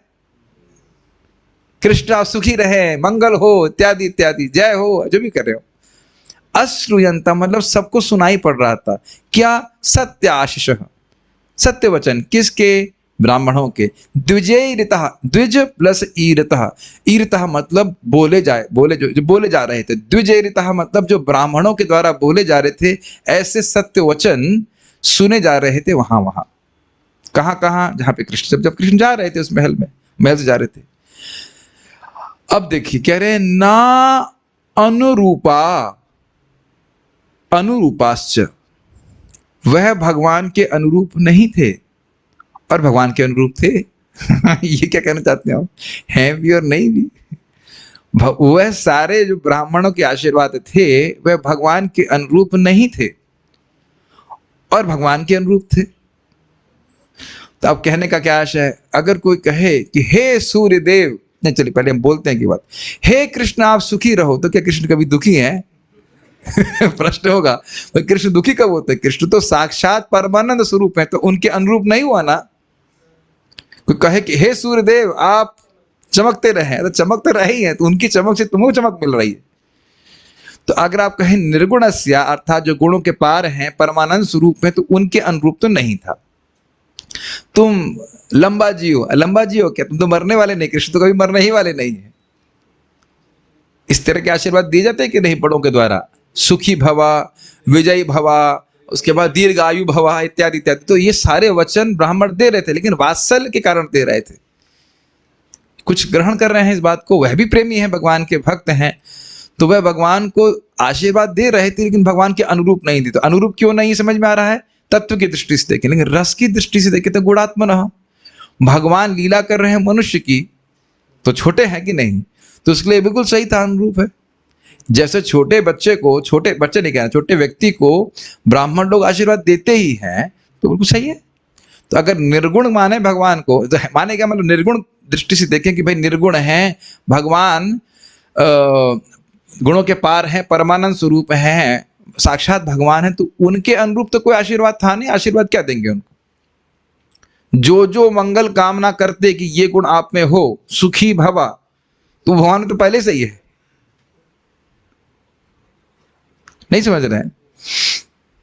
जैसे मानो आप खाना खा के उठे हैं, वो कहे तुम्हारी भूख शांत हो जाए, तो कहते भूख तो पहले से शांत है, आप क्या आशीर्वाद दे रहे हैं? जो कुछ ना हो तब उसका आशीर्वाद दे जा रहा है ना, तो भगवान में तो पहले से वो गुण सारे व्याप्त हैं। ये समझ में आ रहा है कि अनुरूप क्यों नहीं है? भगवान के अंदर तो सारे गुण, सब कुछ मंगलमयता है ही, तो उनको मंगलमयता का आशीर्वाद देना तो कोई संगत नहीं बैठता है। लेकिन क्योंकि कृष्ण मानवीय लीला कर रहे हैं और ब्राह्मण वरिष्ठ हैं उनसे, तो इसलिए बिल्कुल सही था, अनुरूप है कि हाँ उन्होंने इस प्रकार का आशीर्वाद दिया। ठीक है, इतना ही अर्थ नहीं है कि आपको इंट्रोड्यूस कराया हूं, अभी आप देखिएगा उसमें कितना विस्तार जा रहा है। अन्वय निर्गुणस्य परमानंद स्वरूप भगवान के, ठीक है, नाना नाना नानुरूपः उपयुक्त जो नहीं थे, यथा सुखी भव आदि, इस प्रकार का आशीर्वाद। गुणात्मनः परंतु मनुष्य की भूमिका निभाते हुए सभी गुणों से संपन्न लीला करते हुए श्री कृष्ण के लिए जो अनुरूपः चाह उपयुक्त थे। जैसे कि इंसान को लीला करनी चाहिए वैसे कृष्ण कर रहे हैं, इसलिए कह रहे हैं गुणात्मना। गुणात्मा नहीं समझ रहे हैं? जैसे एक मनुष्य की लीला करनी चाहिए वैसे गुणों के हैं, तो सब अप्राकृत गुण भगवान के, लेकिन वो ऐसा लीला कर रहे हैं ना। हम लोग पहले भी सोच चुके हैं, मान लो विष्णुदेव से पूछे दोस्तों महाराज, अरे भाई इनकी कोई आशय को नहीं समझ रहा है, चेष्टा नहीं कर रहा, समझ रहा है, तो भगवान तो सामने ही है, उनसे पूछ लो कि आपकी क्या इच्छा है। तो आपको याद है ना क्या बोला गया था? भगवान क्या बोलते? अरे मैं क्या इतना बुद्धिमान हो जानूंगा? इस प्रकार की भगवान माया कर रहे हैं, हमें तो कुछ पता ही नहीं है। आपने देखा ना, इससे पहले लीला कर चुके हैं। युधिष्ठिर महाराज कहते तुम क्या बोल रहे हो, छोटे भाई हो तुम, हम क्या बोलोगे, हमें क्या समझाओगे, इत्यादि इत्यादि। तो भगवान इस प्रकार की मनुष्य लीला भी कर रहे हैं, तो उसके लिए अनुरूप है। आप दशम स्कंद में पढ़ेंगे किस प्रकार से गर्गाचार्य जी को नंद महाराज कहते हैं कि आप हमारे बच्चे को आशीर्वाद दीजिए। और आपको याद है शकटासुर वाली लीला में, शकटासुर में उस दिन क्या था? कृष्ण का बर्थडे था कि नहीं? जन्माष्टमी के दिन था। सब भूल जाओ, पढ़ना ही नहीं कुछ। और बहुत सारे गेस्ट आए हुए थे, तो कृष्ण को छकड़े के नीचे रख दिया और ब्राह्मण सब वेद पाठ और सब कुछ कर रहे हैं, किसके कल्याण के लिए? कृष्ण के कल्याण। तो वहां पे भी इसी प्रकार की भावना आ रही है। द्विजेरितः ब्राह्मण के द्वारा कथित या बोले गए, ईरितः मतलब बोलना, सुखी भवा, मंगल भवा इत्यादि इत्यादि। सत्य आशीषा, सत्य आशीर्वाद, तत्र तत्र पथ में सर्वत्र, उस स्थान पे जैसे भगवान जा रहे थे वहां पे अश्रूयंत सुनाई पड़ रहे थे। ये श्लोक समझ में आया? भगवान को दिए जाने वाले ब्राह्मणों के आशीर्वाद या वचन उस पथ पे सुनाई पड़ रहे थे, क्योंकि जिस पथ पे भगवान जा रहे थे, और वह भगवान के न तो अनुरूप थे और न अनुरूप नहीं थे। दोनों ही बात है, समझ लेते होंगे। अब देखते हैं आगे। श्रीधरी सर्वगुण संपन्न भगवान श्री कृष्ण में पूर्ण रूप से पाए जाने के कारण वे आशीर्वचन सत्य थे। एक अर्थ समझ में आया? सुखी भवा, सुखी तो है कृष्ण। मंगल भवा, तो मंगल तो है। नहीं समझ में आया? यशस्वी भवा, तो यशस तो है। क्लिक किया नहीं किया? सत्य आशीष शब्द था, कह रहे हो आशीष दे रहे हैं, तो सब सत्य है, क्योंकि जो जो मंगल कामना कर रहे हैं तो कृष्ण भी तो मंगल स्वरूप ही हैं। इस श्लोक के बहुत सारे अर्थ होंगे, तो ध्यान धारण करने का प्रयास कीजिए। ब्राह्मणों के आशीष सत्य थे। क्यों सत्य थे? जो कृष्ण, वो जो बोल रहे हैं कृष्ण में गुण पहले से ही है। मान लो मैं किसी को बोलना भाई तुम मोटा हो जाओ, पहले से नहीं, आपको नहीं बोलना, आप तो बहुत पतले हैं, खाली किसी को बोला तुम मोटा हो जाओ, तो पहले से मोटा है, तो ये आशीर्वाद क्यों दे रहे हैं? हम तो पहले से ही मोटे हैं, है कि नहीं? अब आइंस्टीन को कहें कि आप अब बुद्धिमान हो जाइए, अरे बुद्धिमान तो हम पहले से ही हैं। कुछ समझ रहे हैं? कोई व्यक्ति कोई बहुत सुंदर होगा, तुम बहुत सुंदर हो जाओ, तो सुंदर तुम पहले से ही हैं। तो आप बताइए कृष्ण में ऐसा कौन सा गुण है? कोई व्यक्ति मोटा है तो सुंदर नहीं होगा, सुंदर है तो बुद्धिमान नहीं होगा, इत्यादि इत्यादि। लेकिन कृष्ण कहें तुम बहुत सुंदर हो जाओ तो सुंदर, अरे वो तो गंधर्व कोटि का मणि है। कुछ भी ऐसा वैसा बात है, तुम सुखी हो जाओ तो उनसे तो सुख विकीर्ण होता रहता है, परमानंद घन है। तो वात्सल्य के कारण ही वो बोल रहे हैं, और उनकी जो बात है सब सत्य हो रही है कि कृष्ण में सारे गुण पहले से विद्यमान है। ठीक।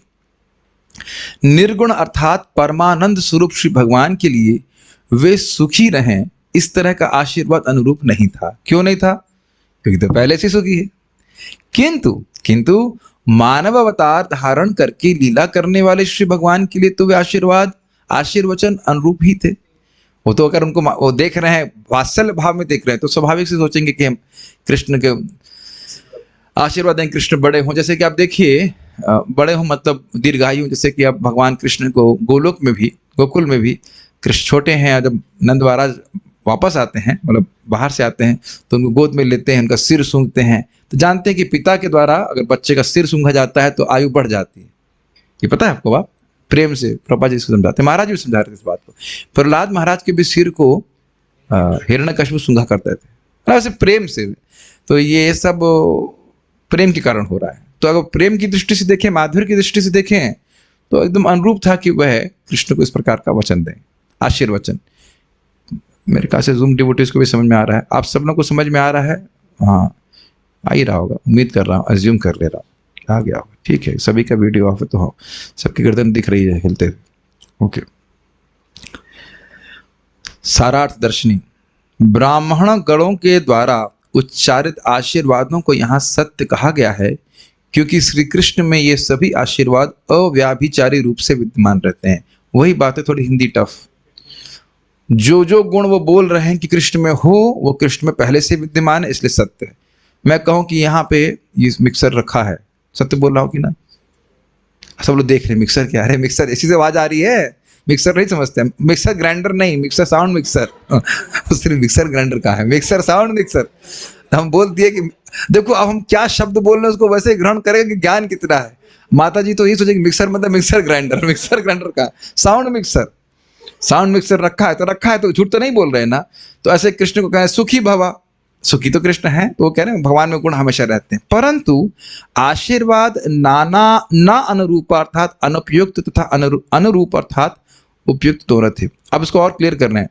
भगवान के ऐश्वर्य की दृष्टि से आशीर्वाद जैसे सुखी रहो अनुपयुक्त हैं, क्योंकि निर्गुणस्य अर्थात भगवान भौतिक गुणों से रहित हैं तथा आध्यात्मिक आनंद से पूर्ण है। ये तो वही व्याख्या है, इजी है मेरे को, आपको समझ में आई? ठीक है, आप मुझे लग रहा है मेरे पास समय बचेगा क्विज लेने के लिए। समझ में आ रहा है कि निर्गुणस्य शब्द को पकड़ेंगे तो वो आशीर्वाद अनुरूप नहीं है, क्योंकि वो तो परमानंद स्वरूप है। जो परम आनंद स्वरूप है उसको क्या आशीर्वाद देंगे? व्यक्ति, एक और बात सोचिए, किसी भी आशीर्वाद को देने का उद्देश्य यह है कि व्यक्ति सुखी हो, ऐसा नहीं कि दीर्घायु हो और पोलियो हो जाए।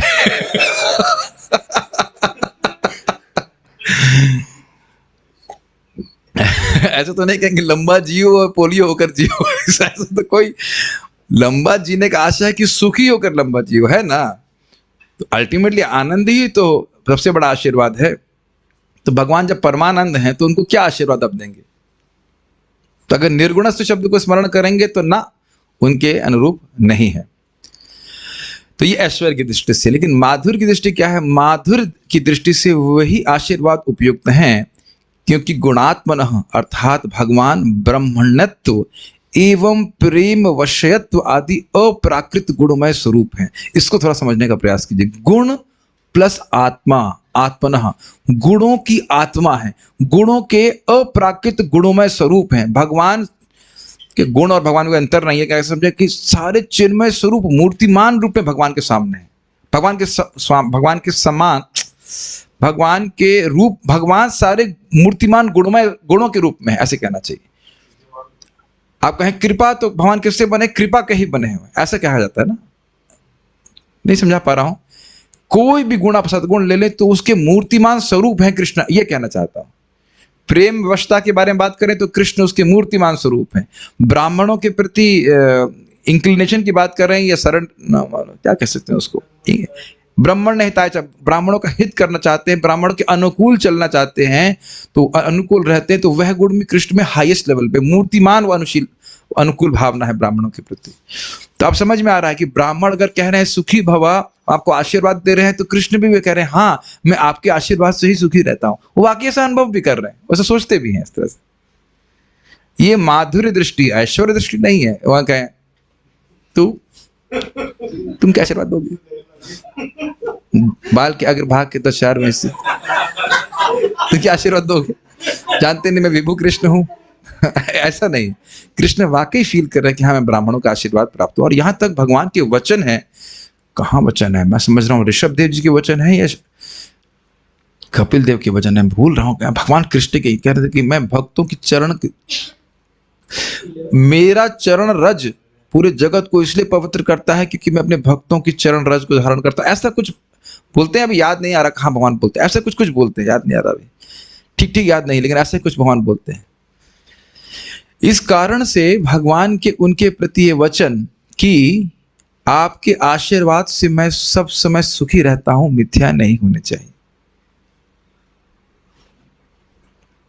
थोड़ा ध्यान सुनिए, हमने ये सुना कि जब उनने बोला कि आप सुखी रहें तो ये आशीर्वाद सत्य है, लेकिन जब ये आशीर्वाद दिया गया तो भगवान ने कहा हाँ ब्राह्मण देव आपके आशीर्वाद से ही मैं सुख और संपन्न हूं। तो यह भी कृष्ण झूठ नहीं बोल रहे हैं, यद्यपि वो गुण उनमें पहले से विद्यमान है। कि कृष्ण ऐसा सोचते हैं मधुरता की दृष्टि से कि नहीं ये ब्राह्मण और हाँ, भगवान विष्णु ने बोला था 4 कुमारों को ब्राह्मणों का गुणगान करते हुए। कोई श्लोक अभी तक कोई पंडित जी ढूंढ के निकाले कि नहीं निकाले, बहुत सुंदर श्लोक है। निरपेक्षम मुनिम शांतम निर्वरम समदर्शनम अनुव्रजामि अहम नित्यम पूयेति अंग्रि रेणुभि। अरे सदाशिव प्रभु बड़े अच्छे पंडित है, गुड। श्लोक नंबर नहीं बता रहे हैं, श्लोक नंबर बताइए, बहुत अच्छा था। तो मैं क्योंकि ब्राह्मणों का अनुगमन करता हूं इसलिए मेरी चरण रेणु सबको पवित्र करने वाली है। तो कृष्ण ऐसे आवश्यकता नहीं है कृष्ण को, लेकिन 11, 14, 16, लेकिन वाकई कृष्ण ऐसा सोचते हैं, ऐसा वाकई कृष्ण इस प्रकार सोच रहे हैं। तो जब वो इस प्रकार के आशीर्वाद दे रहे हैं तो कृष्ण भी स्वीकार करते हैं हाँ ब्राह्मणों या जो भी है गुरुदेव जो भी बोलते हो, हाँ आपके आशीर्वाद से ही मैं सब समय सुखी रहता हूं। कितनी कृतज्ञता की बात है। आपको लग रहा हो यहाँ पे आप देखिए चैतन्य महाप्रभु कृष्ण है कि नहीं है। और जब उनको साउथ इंडिया जाना हुआ तो सार्वभौम भट्टाचार्य जी से आशीर्वाद मांगने जाते हैं। तो ये है इस प्रकार से। और ऑब्वियसली नंद महाराज, सची माता, जो भी भगवान के वात्सल्य भाव के भक्त हैं, वह तो कृष्ण को आशीर्वाद देते हैं, पुत्र भाव में लालन पालन करते हैं, डांटती भी है, वह खिलाऊंगी नहीं तो कृष्ण मर जाएंगे। तो ये माधुर्य की दृष्टि से इसमें कोई त्रुटि नहीं है। ये समझ में नहीं आ रहा है क्या? ऐश्वर्य की दृष्टि से तो ठीक है, और माधुर्य की दृष्टि से ये आशीर्वाद बिल्कुल अनुरूप थे। कृष्ण ऐसा मानते हैं कि सत्य है कि मैं तो ब्राह्मणों के आशीर्वाद से सुखी हूं। यद्यपि वह अपने आप में सुखी हैं, लेकिन फिर भी भाव इनका ऐसा रहता है कि मैं ब्राह्मणों की सेवा के कारण सुखी हूं। एवं श्री कृष्ण दास्य, साख्य, वात्सल्य और माधुर्य आदि रसों के विषय व आश्रय हैं। इसलिए अब बहुत ध्यान से सुनना पड़ेगा। इसलिए भक्त जनों के संयोग एवं वियोग से विरह आदि अलौकिक सुख एवं दुख आदि से पूरित रहते हैं। इसलिए ब्राह्मणों के वचन कि तुम सुखी हो आदि सत्य हैं, परंतु यह सुख दुख आदि प्राकृत नहीं है, अपितु वह प्रेम के कारण उत्पन्न होना चाहिए अलौकिक वस्तु। ये बहुत ही अद्भुत अर्थ लिया, विश्वस्य नाथ अद्भुत चक्रवर्ती बात अर्थ लिया। देखिए क्या कह रहे हैं। कह रहे हैं कि देखिए कृष्ण दास, साख्य आदि के विषय और आश्रय। इसका अर्थ क्या है? श्री कृष्ण विषय है, मतलब उनको स्वामी मानते हैं, अन्य भक्त सखा मानते हैं, बेटा मानते हैं और प्रेमी मानते हैं। और कृष्ण भी अपने भक्तों की सेवा करते हैं कि नहीं? अर्जुन की नहीं, एकदम दास की तरह सेवा करी। आपको याद है कि राजसूय यज्ञ में ब्राह्मणों के चरण धुलने की सेवा कृष्ण ने करी, ठीक है। साख्य में आप देखिए बलराम जी की वह चरण दबाते हैं। वात्सल में नंद बाबा के जो क्या कहते हैं खड़ा उठा लेते हैं। और माधुर्य में तब जानते हैं कि किस प्रकार से वह अपने भक्तों की सेवा करते हैं। तो इस प्रकार से वो कहता है ये था माम प्रपद्यन्ते, तो भक्त इस प्रकार से कृष्ण की सेवा करते हैं तो वह कृष्ण भी वैसे सेवा करते हैं। अब कह रहे हैं कि जब ब्राह्मणों ने कहा तुम सुखी हो, तो कहने का आशय यह है कि कृष्ण को दुख किस लिए होता है? भक्तों से वियोग के कारण। ऐसा नहीं कि भक्तों से वियोग होता है तो कृष्ण बड़े सुखी होते हैं, और जब भक्तों से मिलते हैं तो कृष्ण बहुत सुखी होते हैं। गलत तो नहीं बोल? हाँ, भक्तों से दूर जाते हैं तो दुखी होते हैं। जब गदाधर पंडित की मैंने बताया था ना, उनको छोड़ करके महाप्रभु जा रहे तो महाप्रभु का हृदय भी एकदम से पिघल रहा था। समझ सोचिए कि प्रेम केवल एक ही तरफ से होता है, ध्यान दीजिएगा, प्रेम दोनों तरफ से होता है। फिर मैं आपको याद दिला रहा हूं कि जब 4 महीने के लिए हर 4 महीने में मायापुर से नवद्वीप से भक्त लोग आया करते थे, और फिर जब जा रहे होते थे तो महाप्रभु कहते मैं तो कुछ कर नहीं सकता, सॉरी मैं तो आप लोग कुछ दे नहीं सकता, मेरे पास कोई धन नहीं है, और आप लोग यहाँ आते हो मुझे बहुत अच्छा लगता है। इतनी कठिनाई उठा करके आते हैं, 1 महीना चलना आने के लिए, 1 महीना चलना जाने के लिए, 6 महीना और 4 महीना रहना, 6 महीना। तो आप लोग सोचते होंगे कि फिर ये तो अच्छा वर्क फ्रॉम होम है उस जमाने से चल रहा था, लेकिन जो भी रहा हो, तो कहते हैं कि मैं तो यहाँ पे आता नहीं और आप लोग इतना कष्ट लेके आते हैं। मुझे बड़ा दुख लगता है कि आप लोगों को ऐसे कहूँ कि आप आएँ, लेकिन मुझे आपके संग इतना अच्छा लगता है कि मुझसे कहा भी नहीं जाता कि आप ना आएँ। आपके प्रेम के कारण मैं बिक गया हूँ। अब आप ऐसा करिए, मेरे पास धन तो नहीं, आप मुझे जहाँ चाहे बेच दीजिए। तो कृष्ण महाप्रभु झूठ बोल रहे हैं? कुछ समझ में आ रहा है? झूठ बोल रहे हैं महाप्रभु। ही एक्चुअली फील्स इट कि आप मुझे बेच दीजिए कहीं पे भी। भगवान जब बोल रहे हैं ही मीन्स इट, कभी झूठ नहीं बोलते, ही मीन्स इट। फिर आप जानते हैं द्वैताचार्य जी कहते हैं, जब वो इसीलिए चैतन्य चरितामृत पढ़ाने का बड़ा मन करता है, कहते हैं देखिए ऐसे ही हम जाने वाले नहीं है, हम ऐसे ही आप लोग आपके चरणों में बिके हुए दास हैं, और आप ऐसी बातें बोलेंगे तो कौन जा पाएगा यहाँ से। तो फिर 3-4 दिन के लिए और रुक जाते हैं, फिर किसी तरह से हो जाते हैं। तो आप देख रहे हैं कि भक्तों से विरह जो है वह भी भगवान को खराब लगता है। जैसे कि आप देखिए जब रामानंद राय से मिलने के लिए जाते हैं तो दोनों मिलते हैं और रोने, एकदम रो रहे हैं और पछाड़ कर गिर रहे हैं इत्यादि इत्यादि। और फिर बहुत कठिनाई से रामानंद राय जी चले जाते हैं अपने घर पे, क्योंकि वह उस सबके सामने वो कोई बात नहीं कर सकते। बहिर्मुख लोग हैं, उनके सामने महाप्रभु से कोई बात नहीं कर सकते। और फिर महाप्रभु कहते हैं तुम छोड़ो ये नौकरी और तुम आ जाओ पूरी, और हम दोनों लोग कृष्ण कथा श्रवण करेंगे। तो आप समझ रहे हैं, एक मिनट, भक्तों से सुख और दुख का अनुभव, वियोग और संयोग का अनुभव कृष्ण करते हैं। तो ब्राह्मण जब कह रहे हैं सुखी रहो, तो मतलब कृष्ण अपने भक्तों के संग रहे दुखी मत हो, मतलब भक्तों का संग न छूटे। तो इस प्रकार का आशीर्वाद कृष्ण स्वीकार करते हैं, तो उसके बिल्कुल अनुरूप है। हाँ, आप कुछ पूछ रहे थे माता जी? गुणात्मना कर देखिए अर्थ यह है कि भगवान, वापस देखिए टीका में, गुणात्मा मतलब भगवान ब्राह्मणों के क्या कहते हैं, ब्रह्मण्य देवाय, भगवान ब्राह्मणों के बहुत अनुकूल हैं, ब्राह्मणों से प्रेम करते हैं। क्यों करते हैं, इसमें बड़ी बात है कि देखिए ब्राह्मण लोग मूर्तिमान वेद हैं, क्योंकि वेद के जो वचन है वो बोलते हैं, इससे लोगों को वेद का ज्ञान होता है और इससे भगवान का ज्ञान होता है। तो इसलिए भगवान ब्राह्मणों को बहुत प्रिय है, ब्राह्मण भगवान को बहुत प्रिय है और भगवान ब्राह्मणों को बहुत प्रिय है। ठीक है, तो ब्राह्मणों को ब्राह्मण भगवान को प्रिय हैं। तो जब वो आशीर्वाद देते हैं कि हे कृष्ण आप सुखी रहे, तो कृष्ण भी मानते हैं हाँ हमें आपके आशीर्वाद से ही सुखी हूं। तो कृष्ण झूठ नहीं बोल रहे, ये कहने का मतलब। ठीक है, और प्रेम वश वाली बात समझ में आ रही है, अपने भक्तों से प्रेम के वश में है, तो इसलिए जब भक्तों से वियोग होता है तो कृष्ण को दुख होता है। लेकिन ये दुख भौतिक दुख नहीं है, ये अप्राकृत है, चिन्मय है। और जब भक्तों से मिलते हैं तो उनको सुख मिलता है, यद्यपि वह परमानंद स्वरूप है। इस प्रकार की विरोधाभास कृष्ण में समन्वय प्राप्त करते हैं। कृष्ण परमानंद स्वरूप है, सब कुछ कृष्ण का है, फिर भी नमो किंचन वृत्ताय निवृत्त गुण वृत्तये, सुने नहीं है सब बात? अब तो सब एडजस्ट करना सीख गए होंगे। यद्यपि कृष्ण परमानंद है, किसके लिए नहीं, परमानंद स्वरूप तो है ही, आत्माराम है, किसके लिए, ज्ञानियों के लिए आत्माराम है। उधर ठीक है, तुम अपने घर कुछ हम अपने घर कुछ, लेकिन भक्तों से आ सकते हैं, है कि नहीं? सुन चुके इस बातें, तो एडजस्ट करके चलना होगा हमको। ये मुझे टीका बहुत सुंदर लगी। तो ये तुम सुखी हो आदि बातें सब सत्य हैं कृष्ण की, यानी तुम हमेशा अपने भक्तों के संग लीला में करते रहो, कोई भक्तों से कभी वियोग नहीं हो, इत्यादि इत्यादि। तात्पर्य, जगह जगह भगवान श्री कृष्ण को आशीर्वाद देने के उद्देश्य से वैदिक ध्वनियां हो रही थी। ये आशीर्वाद इस अर्थ में उपयुक्त थे कि भगवान एक सामान्य मनुष्य की सी भूमिका निभा रहे थे, मानो वे महाराज युधिष्ठिर के फुफेरे भाई हों। अब तो स्पष्ट समझ में आ गया होगा ये सब बात। लेकिन ये अनुपयुक्त भी थे, क्योंकि भगवान परम पुरुष हैं और उन्हें भौतिक रिश्ते नातों से कुछ भी लेना देना नहीं होता। ये तत्व की दृष्टि, रस की दृष्टि थोड़ा अलग अलग चल रही है। वे तो निर्गुण अर्थात भौतिक गुणों से रहित हैं, फिर भी वे दिव्य गुणों से ओतप्रोत हैं। अर्थात कौन से दिव्य गुण थे? भक्तों के प्रेम के वश में है। और निर्गुण का अर्थ आप समझ ही रहे, गुणों के परे हैं, परमानंद स्वरूप है। कुछ नहीं समझ में आ रहा है, पढ़ना तो चाहिए ना। एक बार आप दोबारा पढ़िएगा उसको, फिर कुछ कुछ समझ में आएगा। नहीं समझ में आएगा तो कल फिर से पूछ लीजिएगा। यहां उम्र कोई भी हो, लेकिन सब स्टूडेंट हैं। तो कुछ नहीं समझ में आए तो शर्म नहीं करिएगा, पूछ लीजिएगा।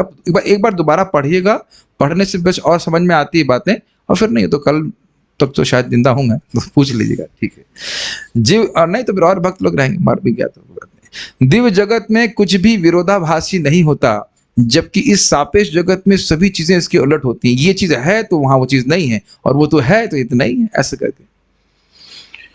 ऐसा नहीं, वहां पे एक ही समय में होता है। उदाहरणार्थ, इस सापेक्ष जगत में श्वेत का विलोम श्याम होता है, मतलब सफेद का उल्टा काला होता है। लेकिन दिव्य जगत में श्वेत तथा श्याम में कोई अंतर नहीं होता। आप सोचते थे मेरा प्रवचन समझ में नहीं आ रहा, तात्पर्य समझ में आ रहा है? प्रभुपाद जी कह रहे हैं काले और सफेद में कोई अंतर नहीं होता है, यानी कि काला रसगुल्ला खाएंगे और सफेद रसगुल्ला खाएंगे, एक ही होगा। We don't know what is that, what does it mean? Prabhupada क्या कहना चाहते हैं? वैसे मैं जो समझ रहा हूं उसका अर्थ यह है कि सभी कुछ एक ही दिव्य वस्तु है। विविधता होती है, नहीं तो काला और काला और व्हाइट कैसे बोला जाएगा, काला और सफेद कैसे बोला जाएगा? लेकिन सभी एक चिन्मय वस्तु है। अतएव परम पुरुष के प्रसंग में यत्र तत्र विद्वान ब्राह्मणों द्वारा उच्चरित आशीर्वादात्मक ध्वनियां विलोम लग रही थीं, लेकिन जब वे परम पुरुष पर लागू होती हैं तो सारा विरोधाभास दूर हो जाता है और वे दिव्य बन जाती हैं। ये समझ में आ रहा है? कहने का मतलब है भगवान को आशीर्वाद दे रहे हो, सूरज को दीपक दिखा रहे हो, तो तत्व की दृष्टि से देखें तो भाई कोई मतलब नहीं था, आशीर्वाद बिना प्रयोजन के दे रहे थे। लेकिन रस की दृष्टि से देखा जाए तो ठीक है, कृष्ण उसको स्वीकार कर रहे थे। तो दृष्टि आपको थोड़ा अलग अलग एंगल से देखेंगे तो समझ में आ जाएगा। तो एक ही समय में अनुरूप थे और दूसरे समय में, एक ही समय में अनुरूप नहीं भी थे। भगवान श्री कृष्ण को कभी कभी चोर कहा जाता है, और मान लीजिए कोई हमको चोर कहे तो कितना बुरा लगेगा। लेकिन हम लोग रोज पब्लिकली गाते हैं, रिकॉर्डिंग भी होती है, ऑनलाइन बजते हैं। क्या करना है? माखन तस्कर, माखन तस्कर बोलते हैं ना, क्या गाना कैसे क्या है? नवीन नीरज नहीं है, माखन तस्कर कैसे आता है? भूल रोज गाते हैं लेकिन अभी मुख से नहीं आ रहा है। माखन तस्कर, पहली लाइन क्या है उसकी, पहला शब्द क्या है? रावणंत कर माखन तस्कर गोपी जना वस्त्रहारी। 3 आरोप, मर्डर का, चोर का, चोरी का, और स्त्रियों को छेड़ने का आरोप कर रहे है कि नहीं? पब्लिक में गा रहा, कृष्ण मुस्कुरा रहे, हाँ गाते रहो गाते रहो, अच्छा लग रहा, गाओ। मामा को मारने का आरोप, सगे मामा के मर्डर का आरोप लगाया जा रहा है। रावण नहीं, सॉरी क्षमा कीजिएगा, वो मैं कंस निषूदन सोच रहा था। रावण अंतकर, कितने अच्छे ब्राह्मण, ब्रह्म हत्या का आरोप लगाया जा रहा है। रावण ब्राह्मण का मजाक कर रहे हैं, रावण तो असुर था, तो रावण को मारने का आरोप लगा रहे हैं। उसके बाद क्या? माखन तस्कर, तस्कर को भाई हमारे बेटे क्या करते? तस्कर हैं ये तस्कर, ये तस्कर, स्मगलर। लेकिन अब वही स्मगलर जरा 2 मिनट के लिए कृष्ण पे देखिए, स्मगलर देख रहे हैं, जो इलीगल चीजें बाहर निकालता है चुपचाप, ऐसे ही मक्खन चुरा चुरा करके बंदरों को स्मगलिंग करना है। कितना स्वीट हो जाता है कि नहीं? स्मगलर कोई बोल दे तो बहुत बुरा लगेगा ना। क्या करता है बेटा? हाँ, स्मगलिंग का काम चल रहा है तस्कर मतलब स्मगलर ही हुआ ना। कितना बुरा लगेगा, कितना बुरा लगेगा, है ना? लड़का कहाँ गया, लड़कियां छेड़ने गया है। ओ कितना बुरा है कि नहीं। लेकिन रोज गा रहे हैं गोपी जना वस्त्रहारी, और उसको व्यासदेव जी लिख रहे हैं उस लीला को। आप समझ सकते हैं वो देखने, वो लीला को कभी इमिटेट नहीं करना चाहिए। कृष्ण वो लीला करते हैं तो परम पवित्र है और वह परम शुद्ध है कि कृष्ण में हर वो बात सामंजस्य स्थापित कर लेती, प्राप्त कर लेती। अपने शुद्ध भक्तों में वे माखन चोर के नाम से अत्यधिक प्रसिद्ध हैं। बहुत लोगों के यहाँ घर में डीटी भी होंगे माखन चोर के, लेकिन वे बचपन में वृंदावन में अपने पड़ोसियों के घरों से माखन चुराते थे, तब से वे चोर रूप में प्रसिद्ध हैं। लेकिन चौराग्रगण्य पुरुषम नमामि, संस्कृत श्लोक लिखे जा रहे हैं कि सारे चोरों में अग्रगण्य है कृष्ण, ऐसे भगवान की पूजा कर रहे हैं। लेकिन चोर के रूप में प्रसिद्ध होने पर भी उनकी चोर के रूप में पूजा की जाती है, जबकि सांसारिक जगत में चोर की कभी प्रशंसा नहीं की जाती और उसे दंडित किया जाता है। समझ रहे हैं, चोर अच्छा व्यक्ति नहीं है, लेकिन कृष्ण चोर के, और प्रसिद्ध चोर तो बिल्कुल अच्छा व्यक्ति नहीं है, लेकिन कृष्ण प्रसिद्ध चोर हैं और सबसे अच्छे व्यक्ति है, कृष्ण अच्छे व्यक्ति हैं। तो दोनों में विरोधाभास समन्वित हो गया कि नहीं, ये बात। चूंकि वे पूर्ण पुरुषोत्तम भगवान हैं, अतएव उन पर सब कुछ लागू होता है और समस्त विरोधाभासों के बावजूद वे भगवान बने रहते हैं। तो नाना अनुरूप अनुरूप दोनों ही बात आप ग्रहण करेंगे। आखिरी श्लोक है इसका। ये शब्द प्रभु जी आप जल्दी से जल्दी बोला करिए। तो अब यहाँ पे अब भूमिका बहुत सुंदर श्लोक है। इसके बाद से स्त्रियों जो कुरु नारियों की स्थितियां, स्तुतियां हैं, स्तुतियां नहीं, बातचीत है, उसको हम भगवान ने चाहा तो कल से सुनेंगे। सुनने हम इस श्लोक को बोलते हैं। अन्योन्यमासीत संजल्प, अन्योन्यमासीत संजल्प, उत्तम श्लोक चेतसाम्, उत्तम श्लोक चेतसाम्, कौरवेन्द्र पुरस्त्रीणाम्, कौरवेन्द्र पुरस्त्रीणाम्, सर्वश्रुति मनोहराः, सर्वश्रुति मनोहरः। सुंदर श्लोक है। अन्योन्यमासीत संजल्प, अन्योन्यमासीत संजल्प, उत्तम श्लोक चेतसाम्, उत्तम श्लोक चेतसाम्, कौरवेन्द्र पुरस्त्रीणाम्, कौरवेन्द्र पुरस्त्रीणाम्, सर्वश्रुति मनोहरः, सर्वश्रुति मनोहरः। अन्योन्यमासीत संजल्प, अन्योन्यमासीत संजल्प, उत्तम श्लोक चेतसाम्, उत्तम श्लोक चेतसाम्, कौरवेन्द्र पुरस्त्रीणाम्, कौरवेन्द्र पुरस्त्रीणाम्, सर्वश्रुति मनोहरः, सर्वश्रुति मनोहरः। अन्योन्यमासीत संजल्प, उत्तम श्लोक चेतसाम्, अन्योन्यमासीत संजल्प, उत्तम श्लोक चेतसाम्, कौरवेन्द्र पुरस्त्रीणाम् सर्वश्रुति मनोहरः, कौरवेन्द्र पुरस्त्रीणाम् सर्वश्रुति मनोहरः, कौरवेन्द्र पुरस्त्रीणाम् सर्वश्रुति मनोहरः। श्रीमद् भागवतम की जय। मैं इसे अनुवाद। चुने हुए छंदों से जिनकी स्तुति की जाती है, ऐसे भगवान के दिव्य गुणों के विचार में डूबी, दिव्य गुणों के विचार में डूबी हस्तिनापुर के सभी घरों की छत पर चढ़ी हुई स्त्रियां उनके विषय में बातें करने लगीं। ये बातें वैदिक स्रोतों से कहीं अधिक आकर्षक थी। अब कोई कहे कि स्त्रियों को महत्व नहीं दिया जा रहा है, तो अब वह तो मूर्खता कही जाएगी। प्रथम स्कंद में ही आप प्रमुख जो प्रार्थना सुने किन की है, माता कुंती की। और अब यहाँ क्या बोल रहे हैं, ये जो इन स्त्रियों ने जो बातें बोली, ये भी नहीं कहा जा रहा है कि स्तुति बोल रही, स्तुति नहीं करेंगी, केवल अपनी बातें जो कर रही हैं आपस में। Gossip, you can say in a sense gossip, but not really gossip. संजल्प केवल बातें कर रही है, प्रेम के कारण जो बातें कर रही हैं वह वैदिक स्रोतों से भी कहीं अधिक आकर्षक है। आप देख रहे हैं रोज पारायण करते हुए अभी अर्थ नहीं पता है, तब भी केवल गाने में कितना सुंदर लगता है, नहीं?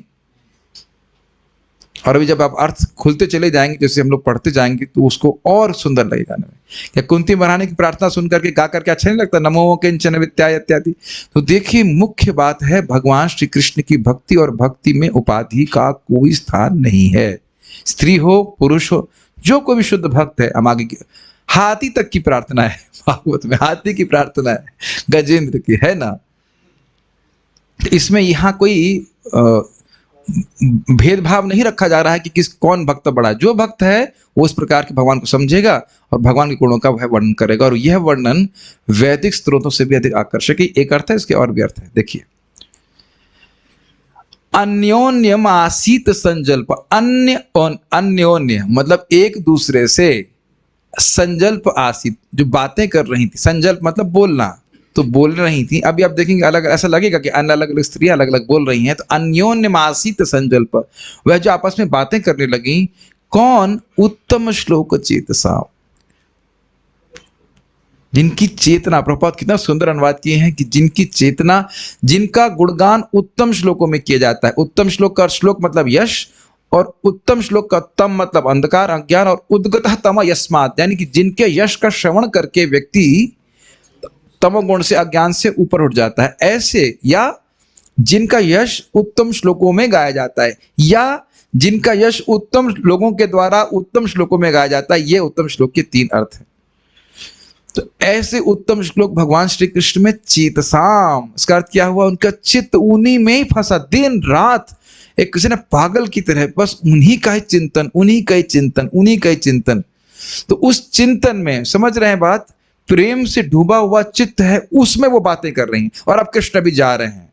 क्या आप उनकी कुछ चेतना का अंदाज तो नहीं लगा सकते, लेकिन बुद्धि से आप बुद्धि लगा पा रहे हैं। कुरु नारियां, जो कौरव वंश की नारियां हैं, वह चित्त, उनका चित्त तो वैसे ही कृष्ण में लगा ही रहता था। आपको अपने याद है ना कि उन्होंने सीधे संग नहीं किया था कृष्ण का, लेकिन उनके बारे में सुना था, कल ही तो पढ़ा रहे थे, तो उससे उनका प्रेम विकसित हो चुका था। तो उनका चित्त पूरा कृष्ण में एकदम रसगुल्ले की तरह डूबा था। चित्त में और कोई नहीं, केवल कृष्ण है। भीष्म पितामह याद आ रहे हैं, कह रहे हैं कि मेरे हृदय में पार्थ सार्थिव स्वरूप है, ये जो भगवान अभी सामने है, ये भी हृदय में प्रवेश नहीं कर रहे, वही रूप छपा हुआ है। तो इस प्रकार से उत्तम श्लोक चेतसाम, बहुत सुंदर शब्द है। तो उत्तम श्लोक ऐसा कब आएगा हमारे हृदय में पता नहीं, लेकिन भागवत सुनने से आ जाएगा धीरे धीरे, घबराई मत। उत्तम श्लोक चेतना, कितना सुंदर शब्द रखे हैं।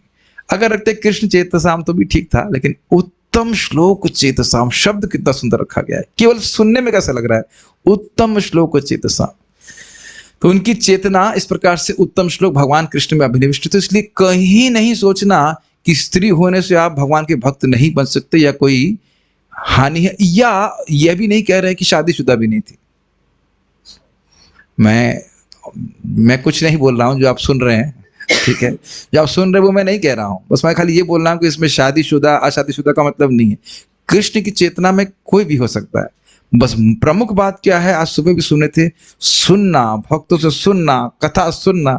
और कभी आप सोचते नहीं, एकदम लेजी वाले की साधना है, कुछ नहीं करना है, भागवत सुनना है, और अपने आप कृष्ण आते जाएंगे। बताओ, अपने आप ही हृदय साफ कर देंगे। सारा कॉन्ट्रैक्ट तो कृष्ण ले रहे हैं, हमें तो खाली सुनना है और बोलना है। सोचा नहीं कहीं आपने? कुछ साधना, ये कोई साधना है? बैठ गए सुन रहे हैं बस, और क्या है इसमें? कोई आपको तकलीफ हो रही है?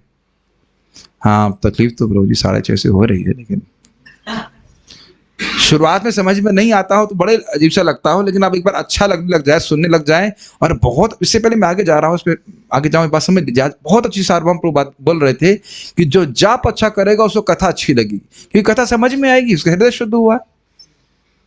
भले याद ना रहे, लेकिन अच्छा जरूर लगेगा, अच्छा लगेगा तो बार बार करेंगे, और फिर आपका चित्त में कृष्ण बसे रहेंगे। आपको याद है ना, किं वा परैरीश्वरा सद्यो हृदय वरुद्ध ते कृतभि शुश्रूषुभि तत्क्षणात्। भागवत सुनने की इच्छा से ही कृष्ण आ जाते हैं। इससे पहले हम आगे जाए, बहुत हंसी की वाली बात सार्वभौम प्रभु सुबह कह रहे थे, देखो हम यहाँ बैठे हैं ना, बलराम हॉल में, यहाँ बैठे हैं भाई, आप भी बैठे हो, और कुछ लोग कृष्ण हॉल के बाहर बैठे हैं। अभी प्रसाद खुला नहीं है, प्रसाद खुलेगा 9 बजे, है कि नहीं? बैठे ही हो ना, तो वहां पे क्लास में आके बैठ जाओ। और ऐसा भी नहीं था क्लास भरी हुई है, लेकिन आप देख रहे हैं कि संकल्प ही नहीं उठ रहा है कि भागवत में जाके बैठे। इतने अच्छे भक्त क्लास दे रहे हैं, संकल्प ही नहीं उठ रहा। भाई सेवा कुछ है, कोई अलग बात है, लेकिन जो प्रसादम की लाइन में बैठा है उसके पास तो कोई सेवा नहीं ना। आप लोगों को बहुत सिंपल बात लगती है, आप लोग कुछ इसमें एक हिटिंग आश्चर्य नहीं लगता कि इसका मतलब संकल्प ही नहीं उठ रहा है कि भगवान के बारे में कुछ सुनना है। और चाहे कोई बोल दे, हो सकता है सुखदेव गोस्वामी जाए तब भी वो लोग लाइन में खड़े रहेंगे उधर प्रसाद का। ये इच्छा की बात होती है। तो खैर हम वापस आ जाते हैं इसी बात पे। उत्तम श्लोक चेतसा, उनका चित्त भगवान में ही लगा हुआ, तो उस डूबे हुए चित्त से संकल्प कर रहे हैं, ये समझ लीजिए। बस मैं ये कहना चाहता हूं, जिन स्त्रियों का चित्त पूरा कृष्ण में भीगा हुआ था, ऐसे कह लीजिए, पूरा चित्त उसमें सराबोर था। वह कुछ बोल रही हैं। कौन सी स्त्रियां? कौरवेंद्र, कौरवेंद्र मतलब कौरवों के इंद्र अर्थात युधिष्ठिर महाराज के पुर मतलब हस्तिनापुर की स्त्रियों को। इस अर्थ समझ में आ रहा है? कौरवेंद्र पुर स्त्री नाम। कौरवेंद्र, अभी कौरवों के इंद्र कौन है? अभी युधिष्ठिर महाराज। युधिष्ठिर महाराज के पुर अर्थात हस्तिनापुर, और उनकी स्त्रियों के जो संजल्प था, और वो स्त्रियों का गुण क्या है? उत्तम श्लोक चेतसाम, उनका चित्त कृष्ण में लगा हुआ था। सर्वश्रुति मनोहर। अब सर्वश्रुति मनोहर का दो अर्थ हैं। एक कि सुनने में बहुत मन को हरने वाली बातें बोल रही हैं, बहुत सुंदर लगती हैं। सर्वश्रुति मनोहर का मतलब है कि सुनने में बहुत अच्छी लग रही हैं, सुनने में मन को और कान को बहुत अच्छी लग रही है, एक। और दूसरा, सर्वश्रुति मनोहर, इतनी सुंदर बात बोल रही कि श्रुति का मन भी हर रहा है। जो मूर्तिमान उपनिषद हैं उनको भी आकर्षक लग रही है उनकी ये प्रार्थना है। तो वो हम कल क्षमा कीजिएगा, प्रार्थना बातें युधिष्ठिर महाराज की, हस्तिनापुर की स्त्रियों की बातें उपनिषदों के मन को हरने वाली हैं। उसका पारायण हम रोज करते। अब समझ रहे हैं भाग्य अपना? अब समझ रहे हैं भाग्य अपना? मूर्तिमान उपनिषद भी स्त्रियों की बात से, हस्तिनापुर की उत्तम श्लोक चेतन वाली स्त्रियों की वाणी से, उनको जो मुख से निकल रहा है उसके उनसे उनका मन हरा जा रहा है। कितना अच्छा बोल रही हैं, क्योंकि कृष्ण के यश को बोल रही हैं। वो तो आप कुछ तो अनुभव कर रहे होंगे श्लोकों को जो हम पारायण कर रहे हैं। आप समझ ही रहे हैं मैं क्यों उत्साहित है श्लोक को बोलने के। बहुत सुंदर अर्थ है। अन्वय, उत्तम श्लोक चेतसाम, चुने हुए छंदों से जिनकी स्तुति की जाती है, ऐसे भगवान के दिव्य गुणों के विचार में डूबी। कि प्रभुपाद जी इतना सुंदर अर्थ लिए हैं इसमें। एक अर्थ था उत्तम श्लोक के, हमने इस प्रभुपाद एक अर्थ को लेकर चल रहे हैं ना, हर समय कृष्ण के ही चिंतन में। और ये कब होगा? भगवत प्रेम। जब भगवत प्रेम होता है तभी हम हर क्षण चलते फिरते उठते बैठते कृष्ण का स्मरण कर सकते हैं। कल एक भक्त बता रहे थे कि आप बताना सही है कि नहीं, मैंने तो मुझे पता नहीं, सही होगा। महाराज श्री खड़िया में ना कहा, वो कहीं एक श्लोक भागवत का लिख देते और पूरा दिन उसको देखते रहते हैं। मैंने सुना सर, यानी उसमें मनन करते रहते हैं, मनन करते रहते हैं, मनन करते रहते हैं। हाँ, कहाँ पे? गुरुराव, हाँ, गुरुराव नाम का गांव महाराज जी का जन्म स्थान है। तो वहां पे वो लिख देते थे उसको श्लोक, उसको बार बार सोचते रहते, बार बार सोचते रहते। तो एक हिंट दे रहा हूं, उत्तम श्लोक चेतसाम। वाह, इज इट नॉट? जैसे यहाँ पे दो लोग धन के बारे में सोचते रहते हैं, कब धन मिलेगा, कब धन मिलेगा, और देखिए किससे उद्विग्नता होती है, कैसे कब वो दिन आएगा। लेकिन यही तरीका है, श्रवण कीर्तन करते रहने से भगवान हमेशा हृदय में विद्यमान रहते हैं। धौतात्मा पुरुषा एकम पदम एकम न मुंचति। एक बार हृदय शुद्ध हो जाए श्रवण कीर्तन के द्वारा, तो कृष्ण कभी चित्त के आकाश से हटते नहीं, हमेशा बने रहेंगे, हमेशा उनका स्मरण रहेगा। पता नहीं आप लोग क्या सोच रहे हैं, लेकिन ये शब्द सुन करके क्या लालसा नहीं आ रही कि हम भी इस प्रकार की उत्तम श्लोक की चेतना से युक्त हो जाएं? इसमें तो कोई वर्ण और आश्रम का कोई अपेक्षा तो है नहीं। महाराज पे बोल रहे थे, हर व्यक्ति चल रहा है तो किसी को ढो के चल रहा है ना अपने हृदय में। और यहां देख रहे हैं कौन है? कृष्ण उनके हृदय में। कौरवेंद्र, कुरुओं के राजा युधिष्ठिर के पुर अर्थात नगर यानी हस्तिनापुर की स्त्री नाम, सभी घरों की छत पर चढ़ी हुई स्त्रियां उन्हीं स्त्रियों के बारे में बात हो रही है जो ऊपर चढ़कर कृष्ण को देख रही हैं, फूल फेंक रही हैं इत्यादि, उनकी बात हो रही है। बहुत अच्छा प्रभुपाद जी अनुवाद करते हैं, एकदम क्लियर कर देते हैं। सर्वश्रुति मनोहरा, समस्त वेदों के मन को मोहित करने वाली। संजल्प, श्री कृष्ण के विषय में बात अन्योन्यम आसित, एक दूसरे से करने लगी। केवल बातचीत, कृष्ण की बातचीत वेदों को आकर्षित करने वाली है। अगर हम उसको समझेंगे तो क्यों नहीं कृष्ण मन लगेगा, बताइए। ये समझना होगा कि वेद भी मूर्तिमान रूप में, उपनिषद ये ब्रह्मलोक में रहते हैं, ये पता है आपको बात जी। तो उनके मन को, अब ये घटना कहाँ हो रही है? दिल्ली में हो रही है। हस्तिनापुर ना समझ पाए तो दिल्ली में हो रही है आसपास। और उपनिषद कहाँ बैठे हुए हैं? ब्रह्मलोक में। एक एक शब्द विचार कीजिए, वो श्रवण करके, और स्त्रियां तो माइक ला के नहीं बोल रही हैं, ऐसे बातचीत कर रही हैं, और वह है उनका मन को हरने वाली चारा दर्शनी। थोड़ा समय दीजिए, थोड़ा समय लगेगा, बहुत लंबा नहीं तो हो जाना चाहिए जल्दी से। सर्वश्रुति मनोहर अर्थात उनका संवाद समस्त कर्णों तथा मनों के लिए आकर्षक था। समझ रहे हैं? सर्व श्रुति को, सर्व और श्रुति को अलग कर दीजिए। सर्व श्रुति, जो भी सुनने वाला है, जो भी सुन सकता है, और सुने का तो मन भी लगेगा, तो उन सभी के श्रवण इंद्रिय और मन को तृप्त करने वाली, तृप्ति नहीं, हरने वाली। हरने का मतलब क्या होता है? आपके पास कोई सामान है, मैं जबरदस्ती हर लूं, खींच लूं, प्रयास नहीं करना पड़े। कान से सुन रहे हैं तो कान कहीं और कुछ सुनना नहीं चाहता, ये आशय है। मन अगर उसके अर्थ को सोच रहा है तो मन को और सोचना नहीं चाहता, मन हर लिया गया, इसको कहते हैं हरना। हरना समझते? खींच, जबरदस्ती। हरंती प्रसभम मना, इंद्रियों के बारे में बोला जा रहा था। तो यहाँ मनोहर कर समझ रहे हैं? सर्व श्रुति मनोहरा मतलब सभी की कानों को, सभी के मन को हरने वाली बातें बोल रही हैं, क्योंकि कृष्ण का यश है, इतना आकर्षक यश निकल रहा है। ध्यान देना होगा, ये स्वतः स्फूर्त भाव से, कृष्ण की कृपा से उनका जो भगवान के प्रति प्रेम है वह उनकी वाणी के रूप में प्रस्तुत हो रहा है, इसलिए इतना आकर्षक हो रहा है। मेक सेंस जी। अन्य अर्थ है उनका संवाद समस्त श्रुति शास्त्रों के लिए आकर्षक था। सर्व श्रुति मनोहर, श्रुति मतलब वेद उपनिषद, उनको भी आकर्षक लग रहा है। जो उपनिषद सबको ज्ञान दे रहे हैं, ब्रह्म ये इत्यादि इत्यादि, उनको भी इन ये स्त्रियों का संलाप अच्छा लग रहा है, क्योंकि उन स्त्रियों के शब्द उपनिषदों की अभिव्यक्ति थे, इसलिए मूर्तिमान श्रुतिगण भी इस संजल्प से आनंदित थे। ये अर्थ है। क्या समझ में आया? उपनिषदों का जो सारभूत ज्ञान है, वेदेश्च सर्वेर अहम एव वेद्यो, तो ये वेदों का सार रूप ज्ञान यहाँ स्त्रियों के संजल्प में प्रस्तुत हो रहा है, इसलिए बड़ा प्रसन्न। हाँ हाँ, ये सही बोल रहे हैं, ये सही बोल रही हैं, बहुत अच्छा बोल रही हैं, कृष्ण का यश बोल रही हैं। तो ये बहुत अच्छी बात अपने भी समझनी होगी, जब हम भगवान के यश को परंपरा में बोलते हैं तो इस प्रकार का आशीर्वाद हमको प्राप्त होता है। बहुत अच्छी बात है। मूर्तिमान श्रुतिगण भी संजल्प से आनंदित थे, ये अर्थ है। अब एक एक चीज कुछ अपने पे एप्लीकेशन कर रहे हैं। अगर भगवान की बात को आपस में आप चर्चा करते हैं तो भगवान तो प्रसन्न होते भी हैं। अन्य नारद जी वाले जितने भी महान वैष्णव वो सब आशीर्वाद देते हैं। आप सुन चुके हो कि रा बोलता है तो सोचते कहीं माँ तो नहीं बोलेगी, राम तो नहीं बोल देंगे, सबका आशीर्वाद प्राप्त है। We are under CC of everyone.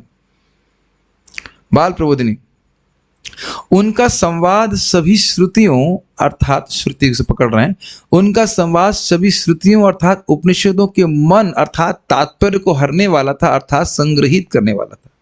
सर्व श्रुति मनोहर, समझ रहे? श्रुति मतलब वेद उपनिषद, और मन अर्थात तात्पर्य, जो उन सारे उपनिषदों का तात्पर्य है उसको इकट्ठा किया है। समझ में आया? जो सारे वेद उपनिषदों का सार है वह इस संजल्प में है। नहीं समझ में आया? हरने का अर्थ है संग्रहित, इकट्ठा करना समझते हैं? इधर से लाओ उधर से लाओ, बीन बान के इकट्ठा कर लो। तो कह रहे हैं कि वेद सारे उपनिषद का जो सार है वह इकट्ठा कर लिया। कितना सुंदर अर्थ है, 3 अर्थ है कि नहीं? घबराई मत, क्यूज नहीं लेंगे आपसे, लेकिन आप बस पढ़ना दोबारा जाकर, तभी उत्तम श्लोक चित्त होगा। तो आप देख रहे कितना आनंद होता है। कोई कहता है प्रभु जी आप हमारे लिए मेहनत कर रहे हो, हम किसी के लिए नहीं मेहनत कर रहे हैं, हम तो अपने आनंद के लिए मेहनत कर रहे हैं। मेहनत तो लगती ही नहीं है, मेहनत बिल्कुल नहीं लगती, परंतु ऐसा संवाद तो ज्ञान के अधीन होता है। अरे भाई उपनिषद का ज्ञान आप कह रहे हो, स्त्रियों ने उपनिषद का ज्ञान, तो उपनिषद कब पढ़ने चली गई है? उपनिषद तो स्त्रियां पढ़ती नहीं है। तो आप ये कैसे कह रहे हो कि उपनिषद का सारा तात्पर्य उनके हृदय में कैसे, मतलब उनकी वाणी में कैसे आ गया?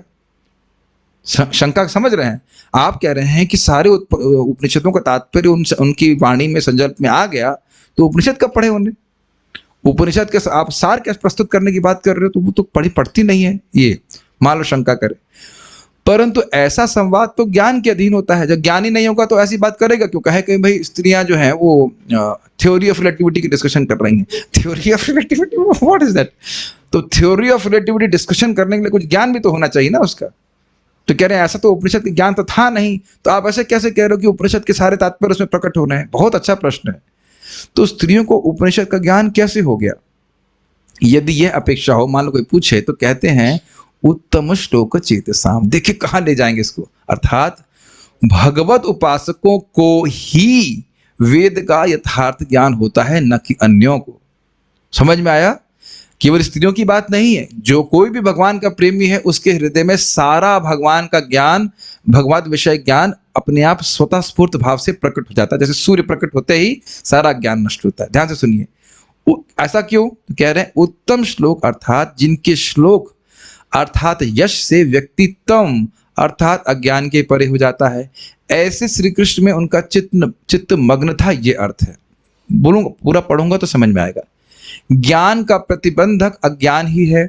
अपने स्वरूप का ज्ञान होना ही तो ये अज्ञान कहलाता है। और वह अज्ञान यदि भगवान के यश के श्रवण मात्र से ही निवृत्त हो जाता है और यथार्थ ज्ञान हो जाता है, तो जिनका रात और दिन भगवान का ही चिंतन होता था, उनके ज्ञान में क्या संदेह है, यह भी यहां प्रदर्शित हो रहा है।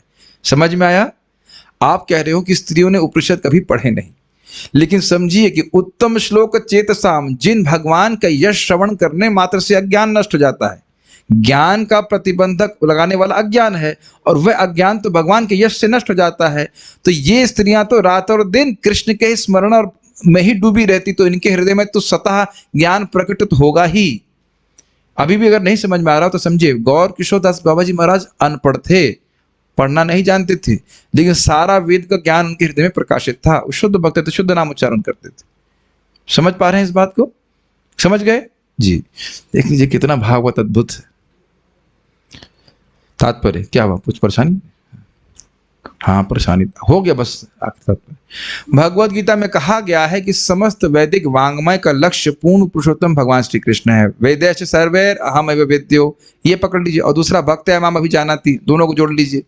वेद का उद्देश्य है भगवान को जानना, और भक्ति के द्वारा भगवान को जान सकते हैं। उत्तम श्लोक चेतसाम जोड़ दीजिए उसमें।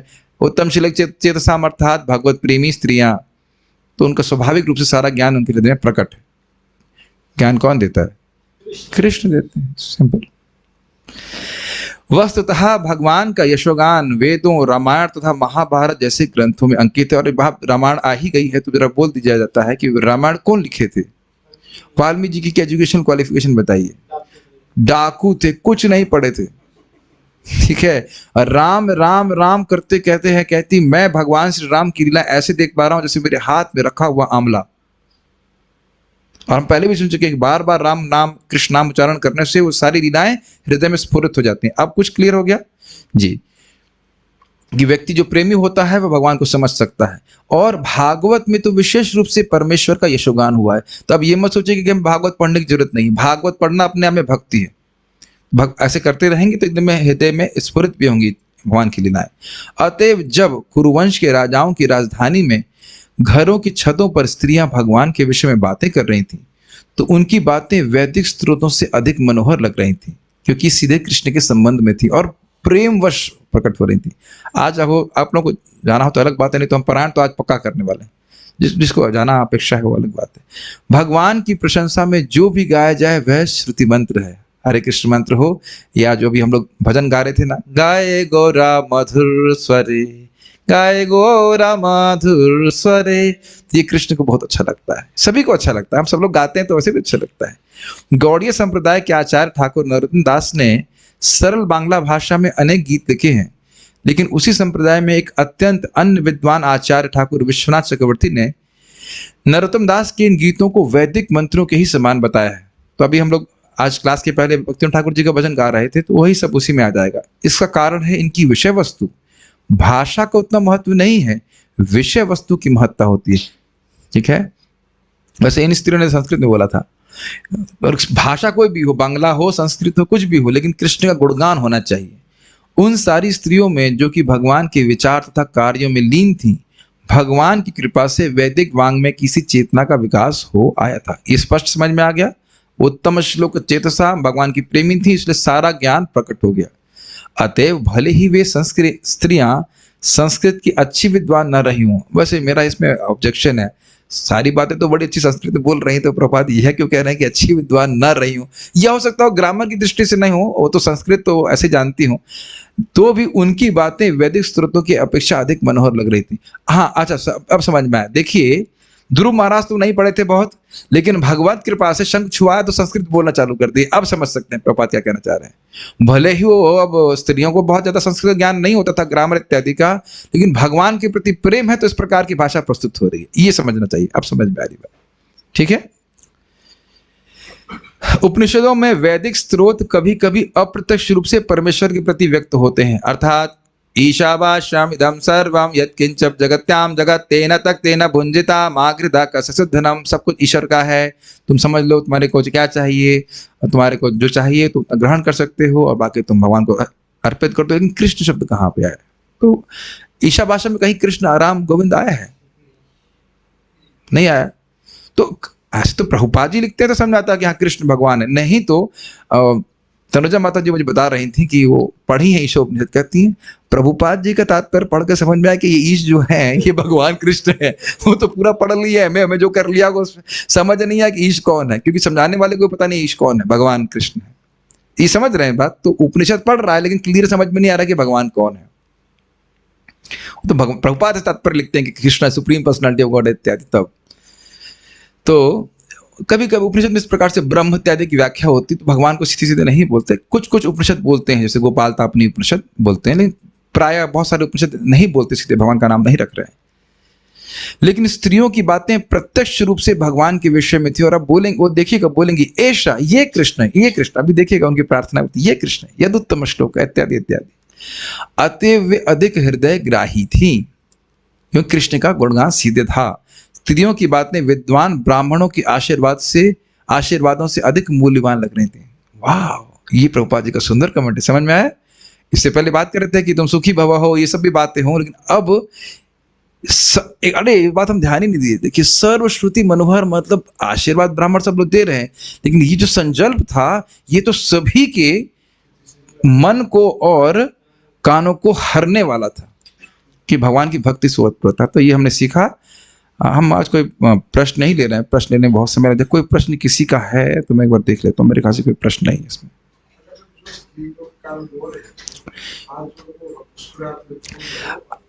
अब प्रश्न है कि स्त्रियां कुछ रो रही थी, तो और स्त्रियां जो आप पे फूल बरसा रही हैं वो क्या सेम थी? देखिए हम लोग ना एक कठिनाई अनुभव कर रहे हैं कि दुख है, लेकिन वो बाह्य रूप से दुख है, लेकिन कृष्ण का विरह भी बहुत बड़ा सुख है। ये हमको थोड़ा सिद्धांतिक रूप समझ नहीं पा रहा है।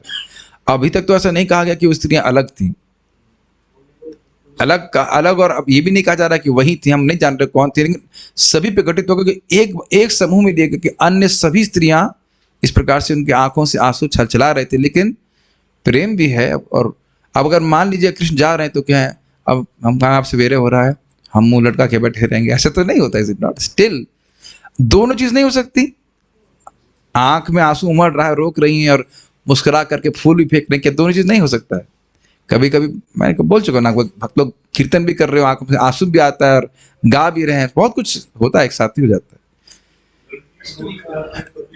हाँ ऐसे कुछ ठीक है, आप गलत नहीं कह रहे, सही कह रहे हैं, ठीक है। और तो ठीक है, कल से हम लोग इनके संजल्प को सुनने वाले हैं, तो यहाँ रुकते हैं। हम लोग पारायण करेंगे। जस्ट टू दिस पारायण नाउ। तो सारे उपनिषद रेडी हैं, इसीलिए हाँ, अगर आप लोग you can carry on if you want, no problem. Thank you for coming anyhow. प्रभु कितना सुंदर संडे बीत रहा है ना प्रभु जी। तो हमारे दिल से पूछो, हमारे कितने टीवी सीरियल छूट गया। शौनक उवाचा हत्वा स्वरिक्था स्पृथ आततायिनो युधिष्ठिरो धर्मभृतां वरिष्ठः सहानुजय प्रत्यवरुद्ध भोजनः कथं प्रवृत्तः किमकारशीततः। सूत उवाच वंशं कुरोर्वंशदवाग्निर्हृतं संरोहयित्वा भवभावनो हरिः निवेशयित्वा निजराज्य ईश्वरो युधिष्ठिरं प्रीतमना बभूवः। निशम्य भीष्मोक्तमथाच्युतोक्तं प्रवृत्त विज्ञान विधूत विभ्रमः शशास गामिन्द्र इवाजिताश्रयः परधि उपान्तम् अनुजानुवर्तितः।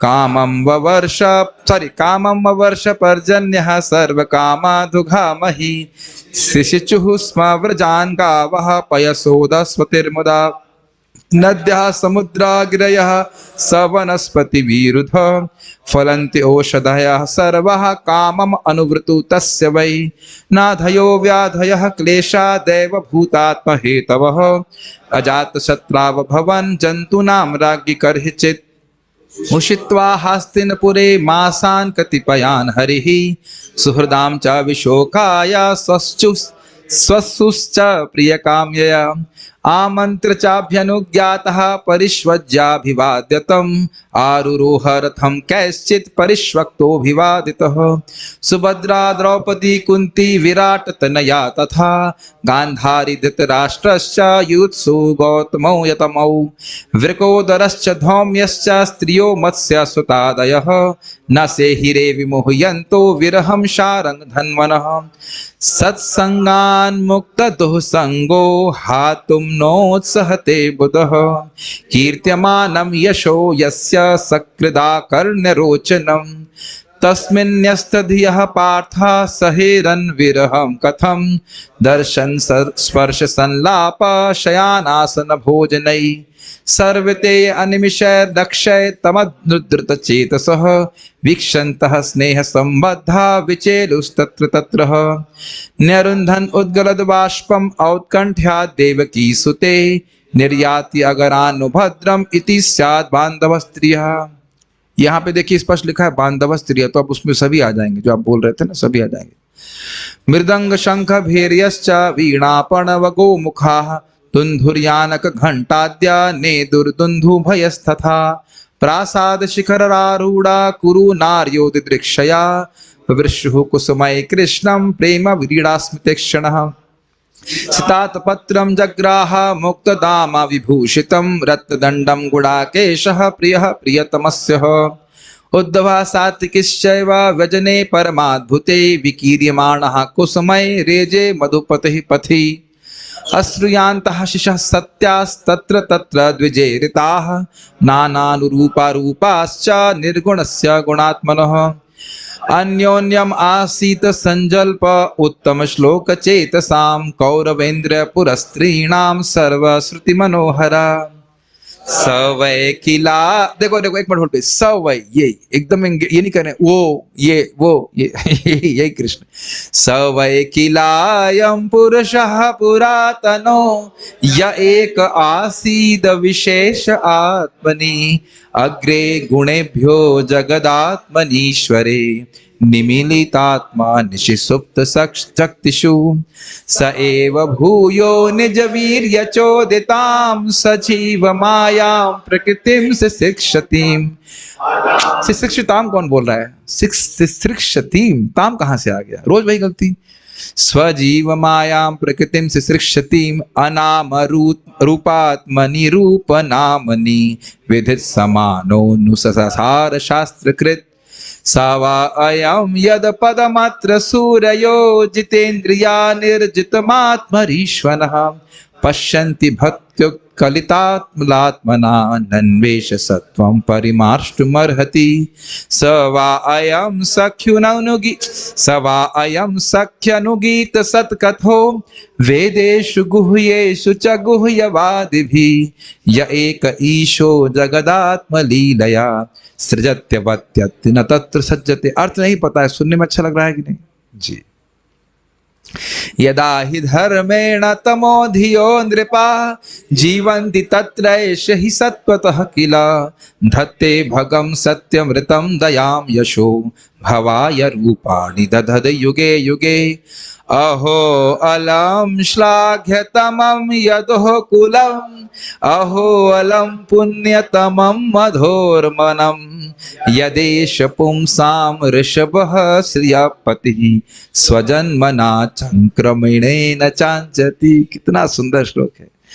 अहो बता स्वर्य यशस्तिरस्करी कुशस्थली पुण्य यशस्करी भुवः पश्यन्ति नित्यं यदनुग्रहेशितं स्मितावलोकं स्वपतिं स्मयत् प्रजाः नूनं व्रतस्नानहुता दिनेश्वरः समर्चितो हि यस्य गृहीत पाणिभिः पिबन्ति यः सख्यधरामृतं मुहुर्व्रजस्त्रिया सम्मुहुर्यदाशयाः या वीर्यशुल्के न हृतः स्वयंवरे प्रमथ्य चैद्य प्रमुखान् हि शुष्मिणः प्रद्युम्न साम्बाम्ब सुतादयो परा याश्चाहृता भौमवधे सहस्रशः एताः परं स्त्रीत्वमपास्तपेशलं निरस्तशौचं बत साधु कुर्वते यासां गृहात् पुष्करलोचनः पतिर्न जात्वपैत्या हृतिभिर्हृदि स्पृशन्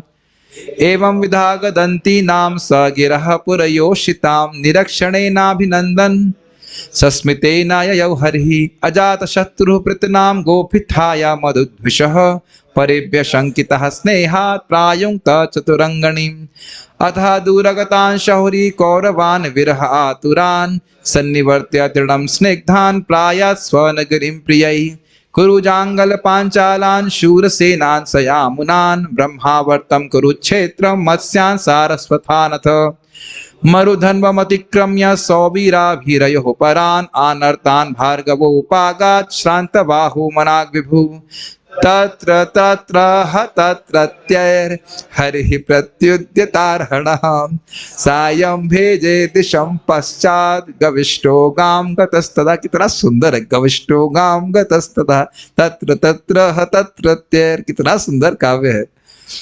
हरे कृष्णा कृष्णा कृष्णा हरे हरे, हरे राम राम राम हरे हरे। बहुत बहुत धन्यवाद।